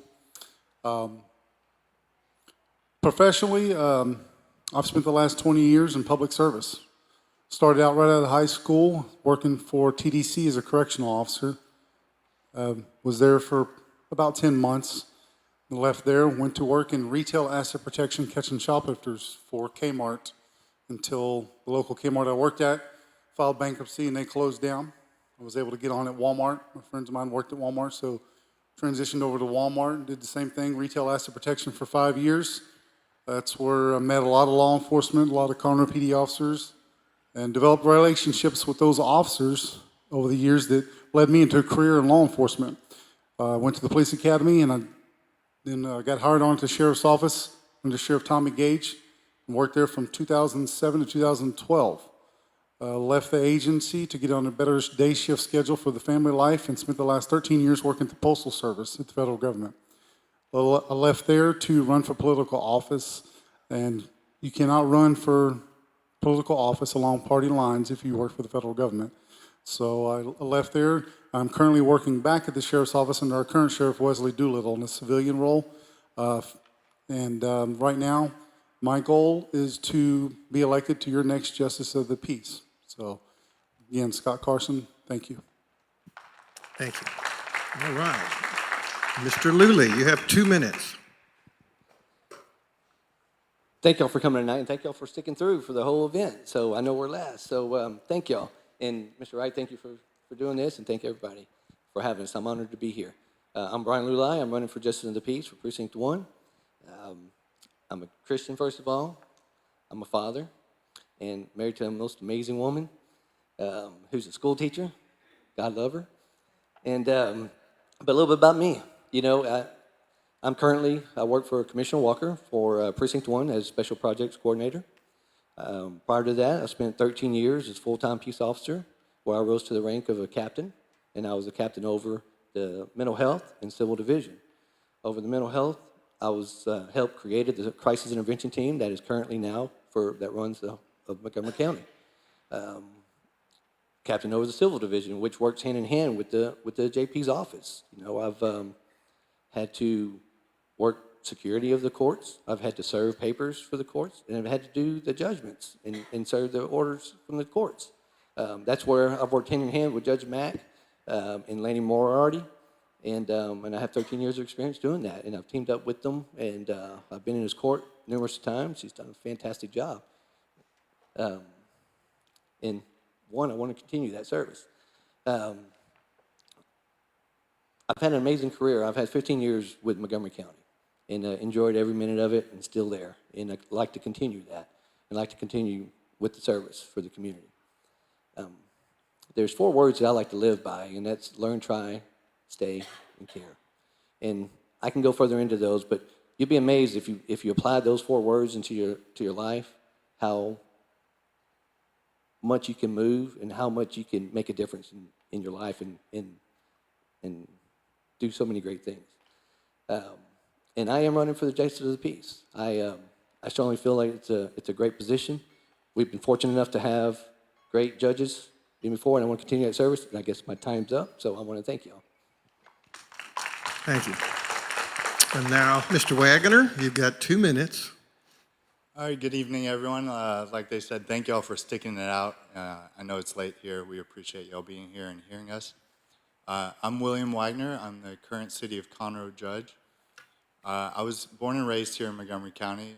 Grew up in Conroe, graduated from Conroe High School in 2009, where I left the county for the first time and went to join the Marine Corps. I've spent the last 17 years serving in our military. I switched over to the Army and became a medic. After I came home, this is where I'm raising my 3 daughters. I needed to be here for them. I want to raise them here, and I want it to be a good community for us to raise them in. For the last 4 years, I've been blessed to serve as judge for the City of Conroe, where I've presided over, as of the new year, over 60,000 cases. and I hope to bring my experience and the things I've learned over the last 4 years to the county. William Wagner, and I appreciate y'all's support. All right. So we're going to start with Mr. Carson. Same question for each judge. What is your view on alternatives to fines or jail for offenses such as community service? What is my view for alternative? Yeah, like alternatives to incarceration or fines. It's a good question. You know, I had somebody ask me this question as well, and they referenced a justice of the peace who had, I believe it was a juvenile, who did minor traffic violation infraction or something, had him wear a sign, had him stand on a street corner, like as a form of alternative discipline, you know, to, I guess, publicly shame them or whatever. Things like that, I'm not necessarily against it. You know, I think there's a time and a place for things like that as well. I think each situation could be different on a case-by-case situation. You know, take the totality of the circumstances into play. Are they repeat offenders at their first time? I believe in holding people accountable, that they do need to learn the lesson. And if it's a lesson that they keep doing, then we're going to have to step up the punishments, and I'm not against alternative punishment for that. So I think that's something I would consider as a justice of the peace, to teach people a lesson. I know personally, I've only had one speeding ticket my entire life. I was a senior in high school. I was late to school. Got a speeding ticket by a state trooper whom, funny enough, later on in life, when I went to the police academy, he actually was my traffic instructor. So I told him that story, and he's like, "Yeah, thanks for making me feel old." But yeah, the lesson was learned. I had to go see the justice of the peace back then, Judge John Kleiman. The man put the fear of God in me, and he held me accountable for my mistake, told me the consequences of my actions. But then he also showed me grace, let me go with dismissal, slight deferred adjudication. I had to pay a small fine. So the lesson was learned, and grace was shown, and that's something that I would be bringing to the Justice of the Peace Court as well. Thank you. Very good, thank you. Now, same question for Mr. Lulai. What is your view on alternatives to fines or jail for offenses such as community service? Great question. You know, not every offense is prior being law enforcement. You know, not everything requires a punishment by fine. Sometimes that doesn't fit the bill. You know, someone who has money, gets caught speeding, spends $150 for a speeding ticket. Does that really stop the case? You know, what about if he did community service for 2 hours on a Saturday? You know, would that make a difference and change his mindset or her mindset? You know, I think that you have to work with the community. I think you have to work with your nonprofit organizations. You know, it takes a whole community to come up with alternatives. You know, the government doesn't have all the benefits of having different alternatives. And I think if you work with the community and the 501s, and you come up with like maybe a boot camp type situation for truancy, you know, come up with different types of ideas other than just fines, and I think that would be a better cause as far as just always money. For an example, like truancy, if you have a 17-year-old person who's not driving to school, you know, is driving to school and skipping school and not showing up to school, how is me finding the parent as a judge going to stop that? You know, the parent's probably doing everything they can to get that child to go to school. So we got to find something different. You know, we got to do something different. We got to find a way to mentor. We got to find it for rehabilitation.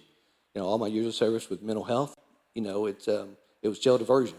You know, so it's to get help for people because jail is sometimes not the place for them.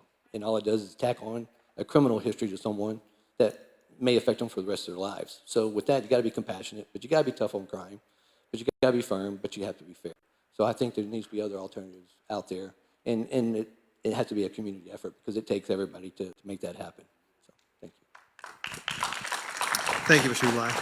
Mr. Wagner, the question is, what is your view on alternatives to fines or jail for offenses such as community service?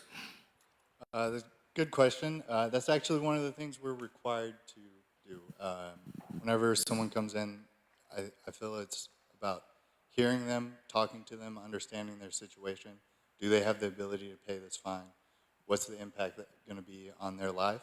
And that's when you just talk and hear people, hear their story, hear what's going on with their life, and work with them to use those alternative methods. That's a very important thing. I think a lot of people struggle if they're forced to pay a $300-400 fine. Several of our families in Montgomery County, that's a huge financial hit to them. So it's very important that we consider that and work with them, consider those options. Very good. All right. So now we're going to go to Mr. Lulai for the second question.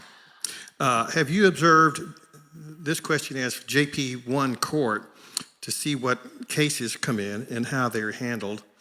I think that would apply to any JP court in Montgomery County, but if you observed, what's your experience? Absolutely. Again, my years of law enforcement, I've been in JP1 court. I've been in Judge Mack's court numerous of times, to watch outcomes, to watch the stories, watch what people have done, his judgments, trial juries. So yes, I have been in those, and I've had to, again, with law enforcement being over the civil division, I've had to serve the judgments that the courts put out, for the plaintiff or the defendant. So yes, I've been in those courtrooms. I've been in the mental health courtrooms numerous of times, and I'm very knowledgeable of those, and I'm knowledgeable of the law.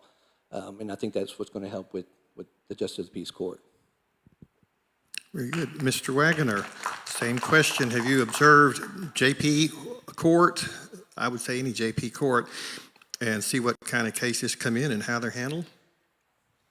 Yes, actually, when I first was elected back in 2022, I was blessed to have Judge Mack here guide me along the learning process. I went to his court. Several of the other judges have seen how they operate, and he's been a mentor and helped me when I started. And I've seen hundreds of cases every week for the last 4 years. So, yes. Very good.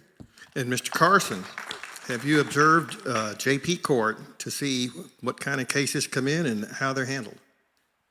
Yes, sir. Not only have I went and observed JP courts, I've observed 4 out of the 5 JP courts here in Montgomery County. I've went to every single Justice of the Peace in Montgomery County except for Precinct 3. I've met with the constables, I've met with the Justice of the Peace and those precincts to meet with them to not only observe their courts and their dockets, whether it be a truancy docket or a civil docket, a eviction docket, or just a small criminal docket. I've been taking notes because I feel I'm a lifelong learner. If it's a weakness of mine, I'm going to make it my strength. So I'm going to take notes and learn what I can from people. I've sat and had discussions with all of our Justice of the Peaces and our constables to find out what the needs are. What are their expectations out of their Justice of the Peace? That's something that I'm passionate about. Again, I'm being proactive and taking the initiative. Prior to also, I have my own personal law enforcement experience when I worked with the Sheriff's Office as well, being involved in JP court cases as well. So that coupled with me going and taking the initiative to observe all these court dockets, I feel like is going to help me to be the best Justice of the Peace I can. So yes, I've observed several dockets in Justice of the Peace courts, not in my own precinct, but other precincts throughout the county as well, just to become well-versed and get different points of views from the different Justices of the Peace in our county. Thank you. Very good. And now, the third question will start with Mr. Wagoner. JPs are not required to be attorneys in the state of Texas. How will you be prepared, if elected, to be ready to walk in the courtroom on day one and make rulings from the bench? Well, I think this is a little bit of an unfair question. I do have the 4 years of experience. I've been doing this. I think it is important that our Texas Constitution was written in a way that we don't have attorney judges only. This is a court for normal people. Almost everyone will be involved with the JP court or a municipal court at some point. I think it just takes someone to be fair, to listen, and understand. Very good. All right. And Mr. Carson, how will you be prepared if elected to be ready to walk in the courtroom on day one and make rulings from the bench? Well, it's my understanding that besides my own personal experience in law enforcement, training experience I've received throughout the years, that if I'm fortunate enough to be elected to this position, there is training that you will receive before you actually take office. That training you'll get, prior to January 1st of 2027. So that'll be a huge help in preparing me for that as well. 90%, I believe 90% of people's first interaction with the judicial system is going to be in the justice of the peace courts. I believe it's our job to let that experience be a positive experience for them as well as an humbling experience where the lesson is learned, whether that be a criminal or civil or an eviction docket or whatever. But I believe it's about being prepared. It's not necessarily having a college level education or having years of experience on a bench already. Being prepared is, there's a lot of it that's going to take some common sense. Just being compassionate about people, listening to their story. I compare justice of the peace court to perhaps a baseball game. You got side A, side B. You got the defendant and the plaintiff. You as the justice of the peace, or as the umpire. You have to take side A and side B, and you have to listen to both sides equally and make a decision based on the facts of the case, the totality of the circumstances. And I can tell you, as your next justice of the peace, I'm going to call real balls and strikes. I'm going to hold people accountable, but I'm also going to show them grace when they deserve to be shown grace as well. So, thank you. Very good. Mr. Lulai, how will you be prepared if elected to be ready to walk in the courtroom on day one and make rulings from the bench? Well, that's a great question. And I'm ready. 13 years of law enforcement. I can't tell you how many times I've been in Judge Mack's court, but that 13 years being a captain over the civil division, working hand in hand with him, that was your primary job as a constable. That's the constable's primary job is work for the justice of the peace. So I've done that for 13 years, so I'm day one ready. I've known him for a long time. He's mentored me for a long time. So I am ready for that position. And I'm going to do just as great a job as he has and strive, because they're big shoes to fill. But it's known for the people's court for a reason, and that's where I love about the court, because you don't have to be an attorney to come in here. It's for everyday people, so we can have an everyday conversation. And so we can solve issues, whether it's truancy or whether it's civil evictions or whether it's you hire a contractor and they do half a job and now you're suing them because they left with your money. You need to have someone with some knowledge with the law, but also have some common sense, but also has lifelong experience. And at my age, I've had plenty of lifelong experiences.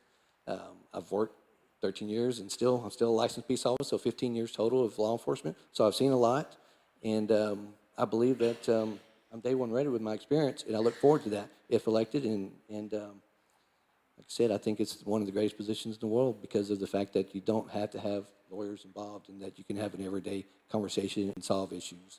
And not everybody's going to be happy. It's just like blackjack. You have 50-50 chance of winning. It's when you go in front of a court, there's going to be a winner and there's going to be a loser. So you're not going to make everybody happy. But you need to run the court with integrity, with fairness, treat everybody with dignity and respect. And that's what I would do. Thank you. Well, this is a good follow-up. We're back to Mr. Carson first, correct? Considering that JP Court jurisdiction now is suits up to $20,000, plus attorney's fees, don't forget the attorneys, how should a judge conduct himself to show that his actions are not being influenced by anyone or any organizations?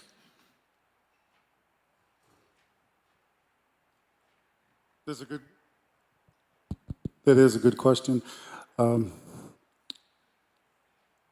think the judge in the Justice of the Peace Court, to ensure that you as the person going into the people's court are treated fairly with dignity and respect and feel like you have had a fair trial, the judge needs to be impartial from the get-go. From the moment you walk into that courtroom, you need to feel like, yeah, this is a judge that he does seem like he's going to be impartial and fair. Listen to the facts of the case and listen to the totality of the circumstances. no matter what. Each side's going to have their opportunity to present the facts of their case, present their evidence if they want to, and have their case heard.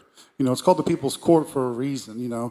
It is the lowest level judicial system where people can come and they feel like they can air out their grievances, whether if it's a civil issue or it's a criminal matter, a Class C criminal matter. They should feel welcomed, into the courtroom and feel like, what, this is a place I feel like, yeah, he is going to be fair to me. He is going to listen to me with intent, and he's going to make a judgment in my case that, I may or may not like the outcome of that case, but at least I can say, what, it didn't go my way, but at least he was fair. He did listen to every single thing I had to say. He took my evidence and took the totality of the circumstances into consideration before he made a judgment. And if I need to go into chambers to speak to them on a private one-on-one basis, or go back and review case law or previous case law, then that's what I'll do, because you will be thorough in each case to make an informed decision in that case that will be, I guess, equitable for both parties involved in the case. So, thank you. Very good. For Mr. Ulai, same question. How should a judge conduct himself to show that his actions are not being influenced by anyone or any organization? Great question. And first of all, we're all human, but you have to be unbiased. You have to have integrity as a judge. And you have to be respectful. And you have to treat people with dignity. And you have to treat people respectfully, no matter what walk of life they have. So I want to hear the facts. I want to know. I don't want to hear, rumors or any of those things. I'm a facts person. So I want to know the facts. I want you to have your evidence. And I want to hear both sides of the story, because there's, as we know, three sides to every story. There's their story, her story, and then the actual truth that's in the middle, because everybody's perception is different. So you've got to be able to look through that and see that and have the experience of hearing that. And as a police officer, I've heard all kinds of stories. In 13 years of law enforcement, full time, I said you do that every day in real world. When you go to a scene, there's multiple people, and you have to find out the facts. And that's no different than the JP court, and that's no different than the people's court, because you're dealing with people. And I think that no matter what, your personal feelings need to be set aside. Doesn't matter what your thought process is as far as personally, but you have to go by the facts and you have to go by the law. And I think being compassionate, having integrity, and being respectful and treating people with dignity, and being truthful, and then asking questions. Not all the times they're not answering the questions. So sometimes as a judge, you may have to ask different questions so you can get to the real truth. Because sometimes the answers are very vague, as you find in law enforcement. So you want to ask questions, and don't be afraid as a judge to ask questions so you can get the true story. So with that being said, I just think that just stay unbiased, and first of all, have God in your life, and use your heart, and be compassionate to every case that you see in front of you. Very good. And Mr. Wagoner, how should a judge conduct himself to show that his actions are not being influenced by anyone or any organization? I think it's just a thing that comes with time. You have to show that day after day you're going to be unbiased, you're going to treat everyone with dignity, and as soon as that one case goes out the door, the next one is a new one. And you have to remind yourself of that, to reset, treat everyone equally, hear everything equally, and it's just consistency of doing that day over day. And I think everyone here is capable of doing that. Very good. All right. So now we're back to Mr. Lulai for the first question. Questions for everybody. Do you have a plan to improve the court efficiency of JP1? Great question again. And as we all know, Montgomery County is growing at a fast pace. It's number 5 on the list of Texas as far as the growth. With that being said, the Justice of the Peace for Precinct 1 has 2 courtrooms. It's unusual out of most precincts. It's the only one in Montgomery County that has 2 courtrooms. Technology is going to help, but technology, as the previous first debate, AI, technology. You can use it for certain things, but it's a people's court, and you don't want to take the people out of it. So you want to make sure you staff it accordingly. You're going to have to go in front of Commissioner's Court, to ask for more staffing as the growth comes. The docket's going to grow. Your caseloads are going to grow, so you need staffing to make sure you have the staff and the manpower to handle those cases, so you can be efficient, and you can make sure you take care of those cases that are on a time basis, like show causes and evictions. Those are all time-sensitive cases. So you want to be able to have staff and leadership available so you can train your staff. Like Judge Mack's done a great job on training everybody. His staff with Brandy and Kim and his staff that he has there, they're phenomenal. And that's one thing that I would love to, as a JP, if elected, is his staff. They're amazing. And I hope they continue, no matter who is a JP, that they stay there and do the job that they do, because they do a fantastic job. So thank you. Very good. Mr. Wagoner, do you have a plan to improve the court efficiency of JP1? I think you hit the nail on the head with that one. It's all about your staff, encouraging them to continue training, get the next level of certification, developing them. Your staff is what's going to keep you on track. They're going to keep the flow going. You honestly probably couldn't do it without them, so that is by far the most important thing. And then just showing up for work. And, when it gets busy, just grind through it and keep going and encourage that staff. Very good.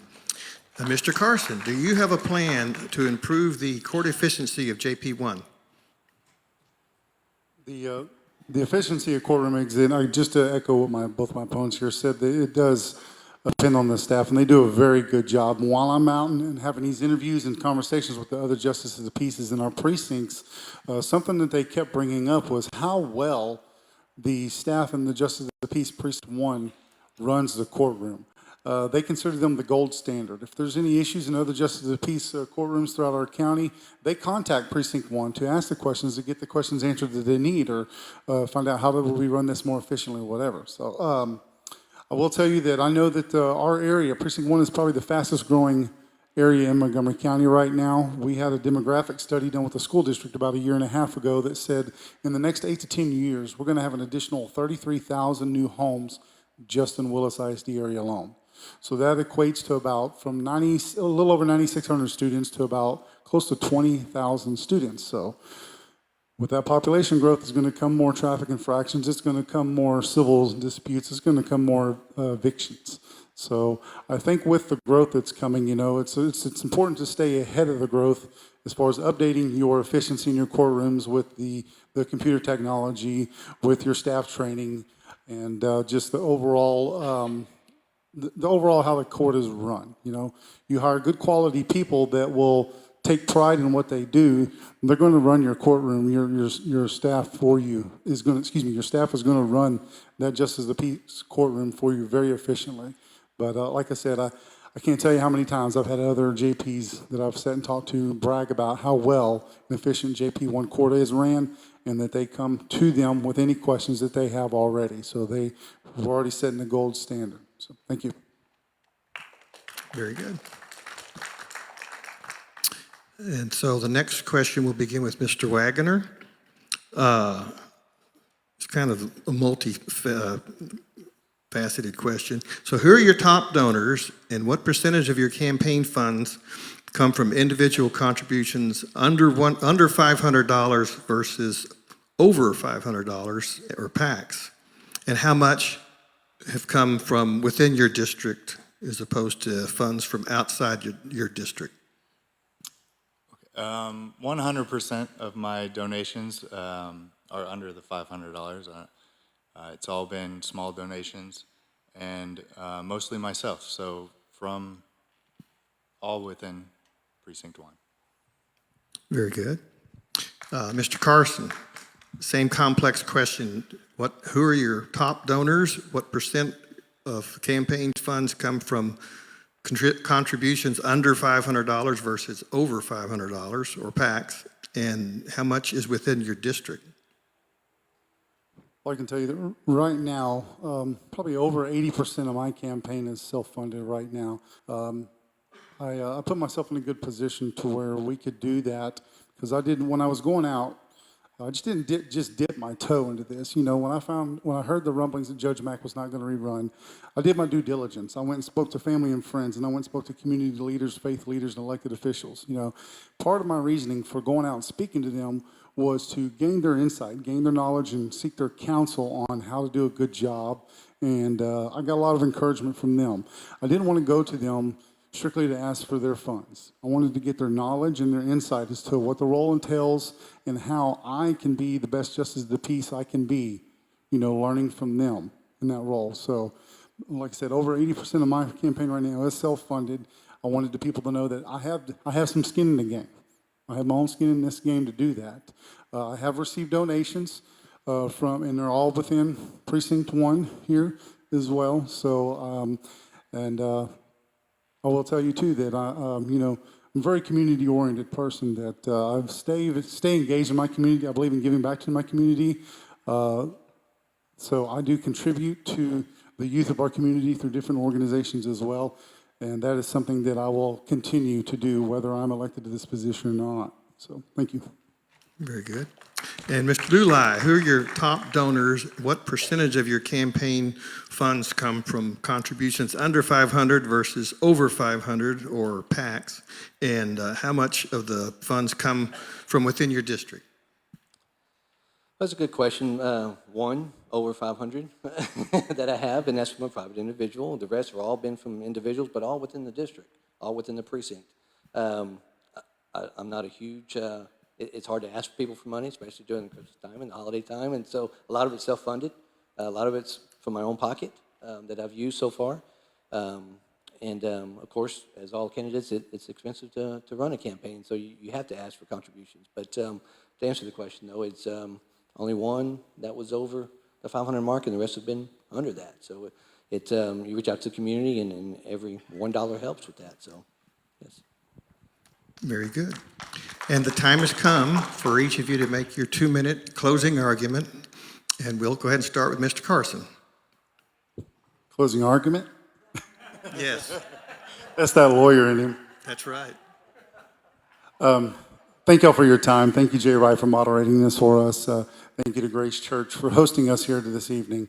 I do apologize to y'all who have had to sit here and stare at the glare coming off mine and my opponent's head for both these lights for the last 40 minutes or so.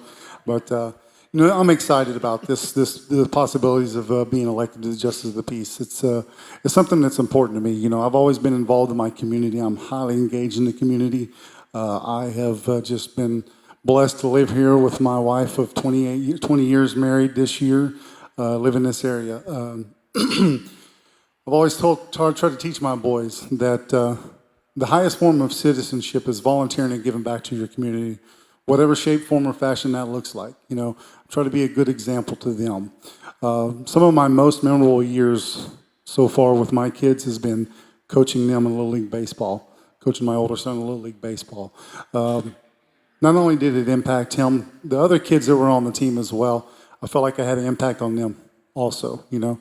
To see a kid, you know, that may be down on their luck, they may come from a broken home, and for you to be involved in them and to have a positive influence in their life, it creates positive change for them.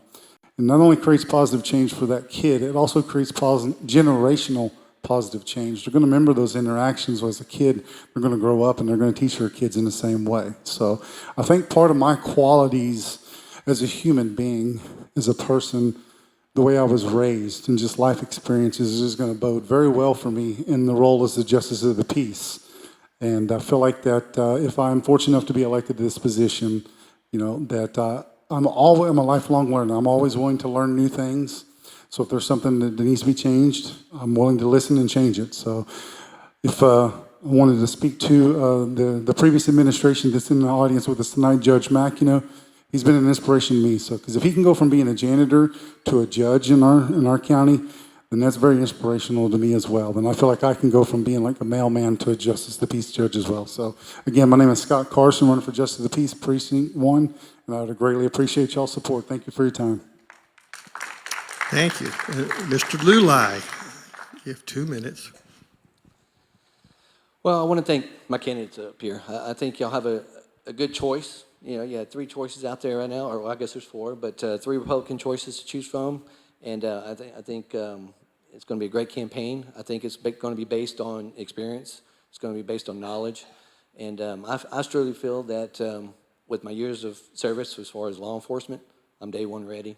I know how to run Judge Mack's court. He's mentored me over the, now 15 years. So I've learned firsthand from one of the best JPs that we've had. And I hope to earn your vote. And I think if any of y'all would give me any time to speak to me and ask me questions and get to know me, I think you understand that and know that I truly believe in what I do. I've been serving the community for 15 years, especially Precinct 1, just for 15 years. And I want to continue my service. And I will do so whether I'm elected or not. I'll work for the commissioner's office. And I want to continue my service no matter what for our community because I believe in it. And I'm compassionate about serving my community. And I'm going to continue that service. And with that being said, I just hope to earn your vote. I'm Brian Lulai. I'm running for JP1, and I hope to have your support. Thank you for coming out tonight. Thank you. Thank you. And Mr. Wagoner, 2 minutes. Again, thank you all for staying here so late. Thank you everyone at home watching for tuning in and giving us the time to hear us, to hear our answers. I ask that you allow me to continue to serve, to look at my experience over the last 4 years, my record over the last 4 years, how we've made an impact here in the city of Conroe, and let me bring that to the county level. Again, if anyone has any questions for me, feel free to reach out. I'm always here to answer anything, and I appreciate y'all's time. William Wagner for Justice of the Peace. Thank you, gentlemen, very much. Thank everybody for attending.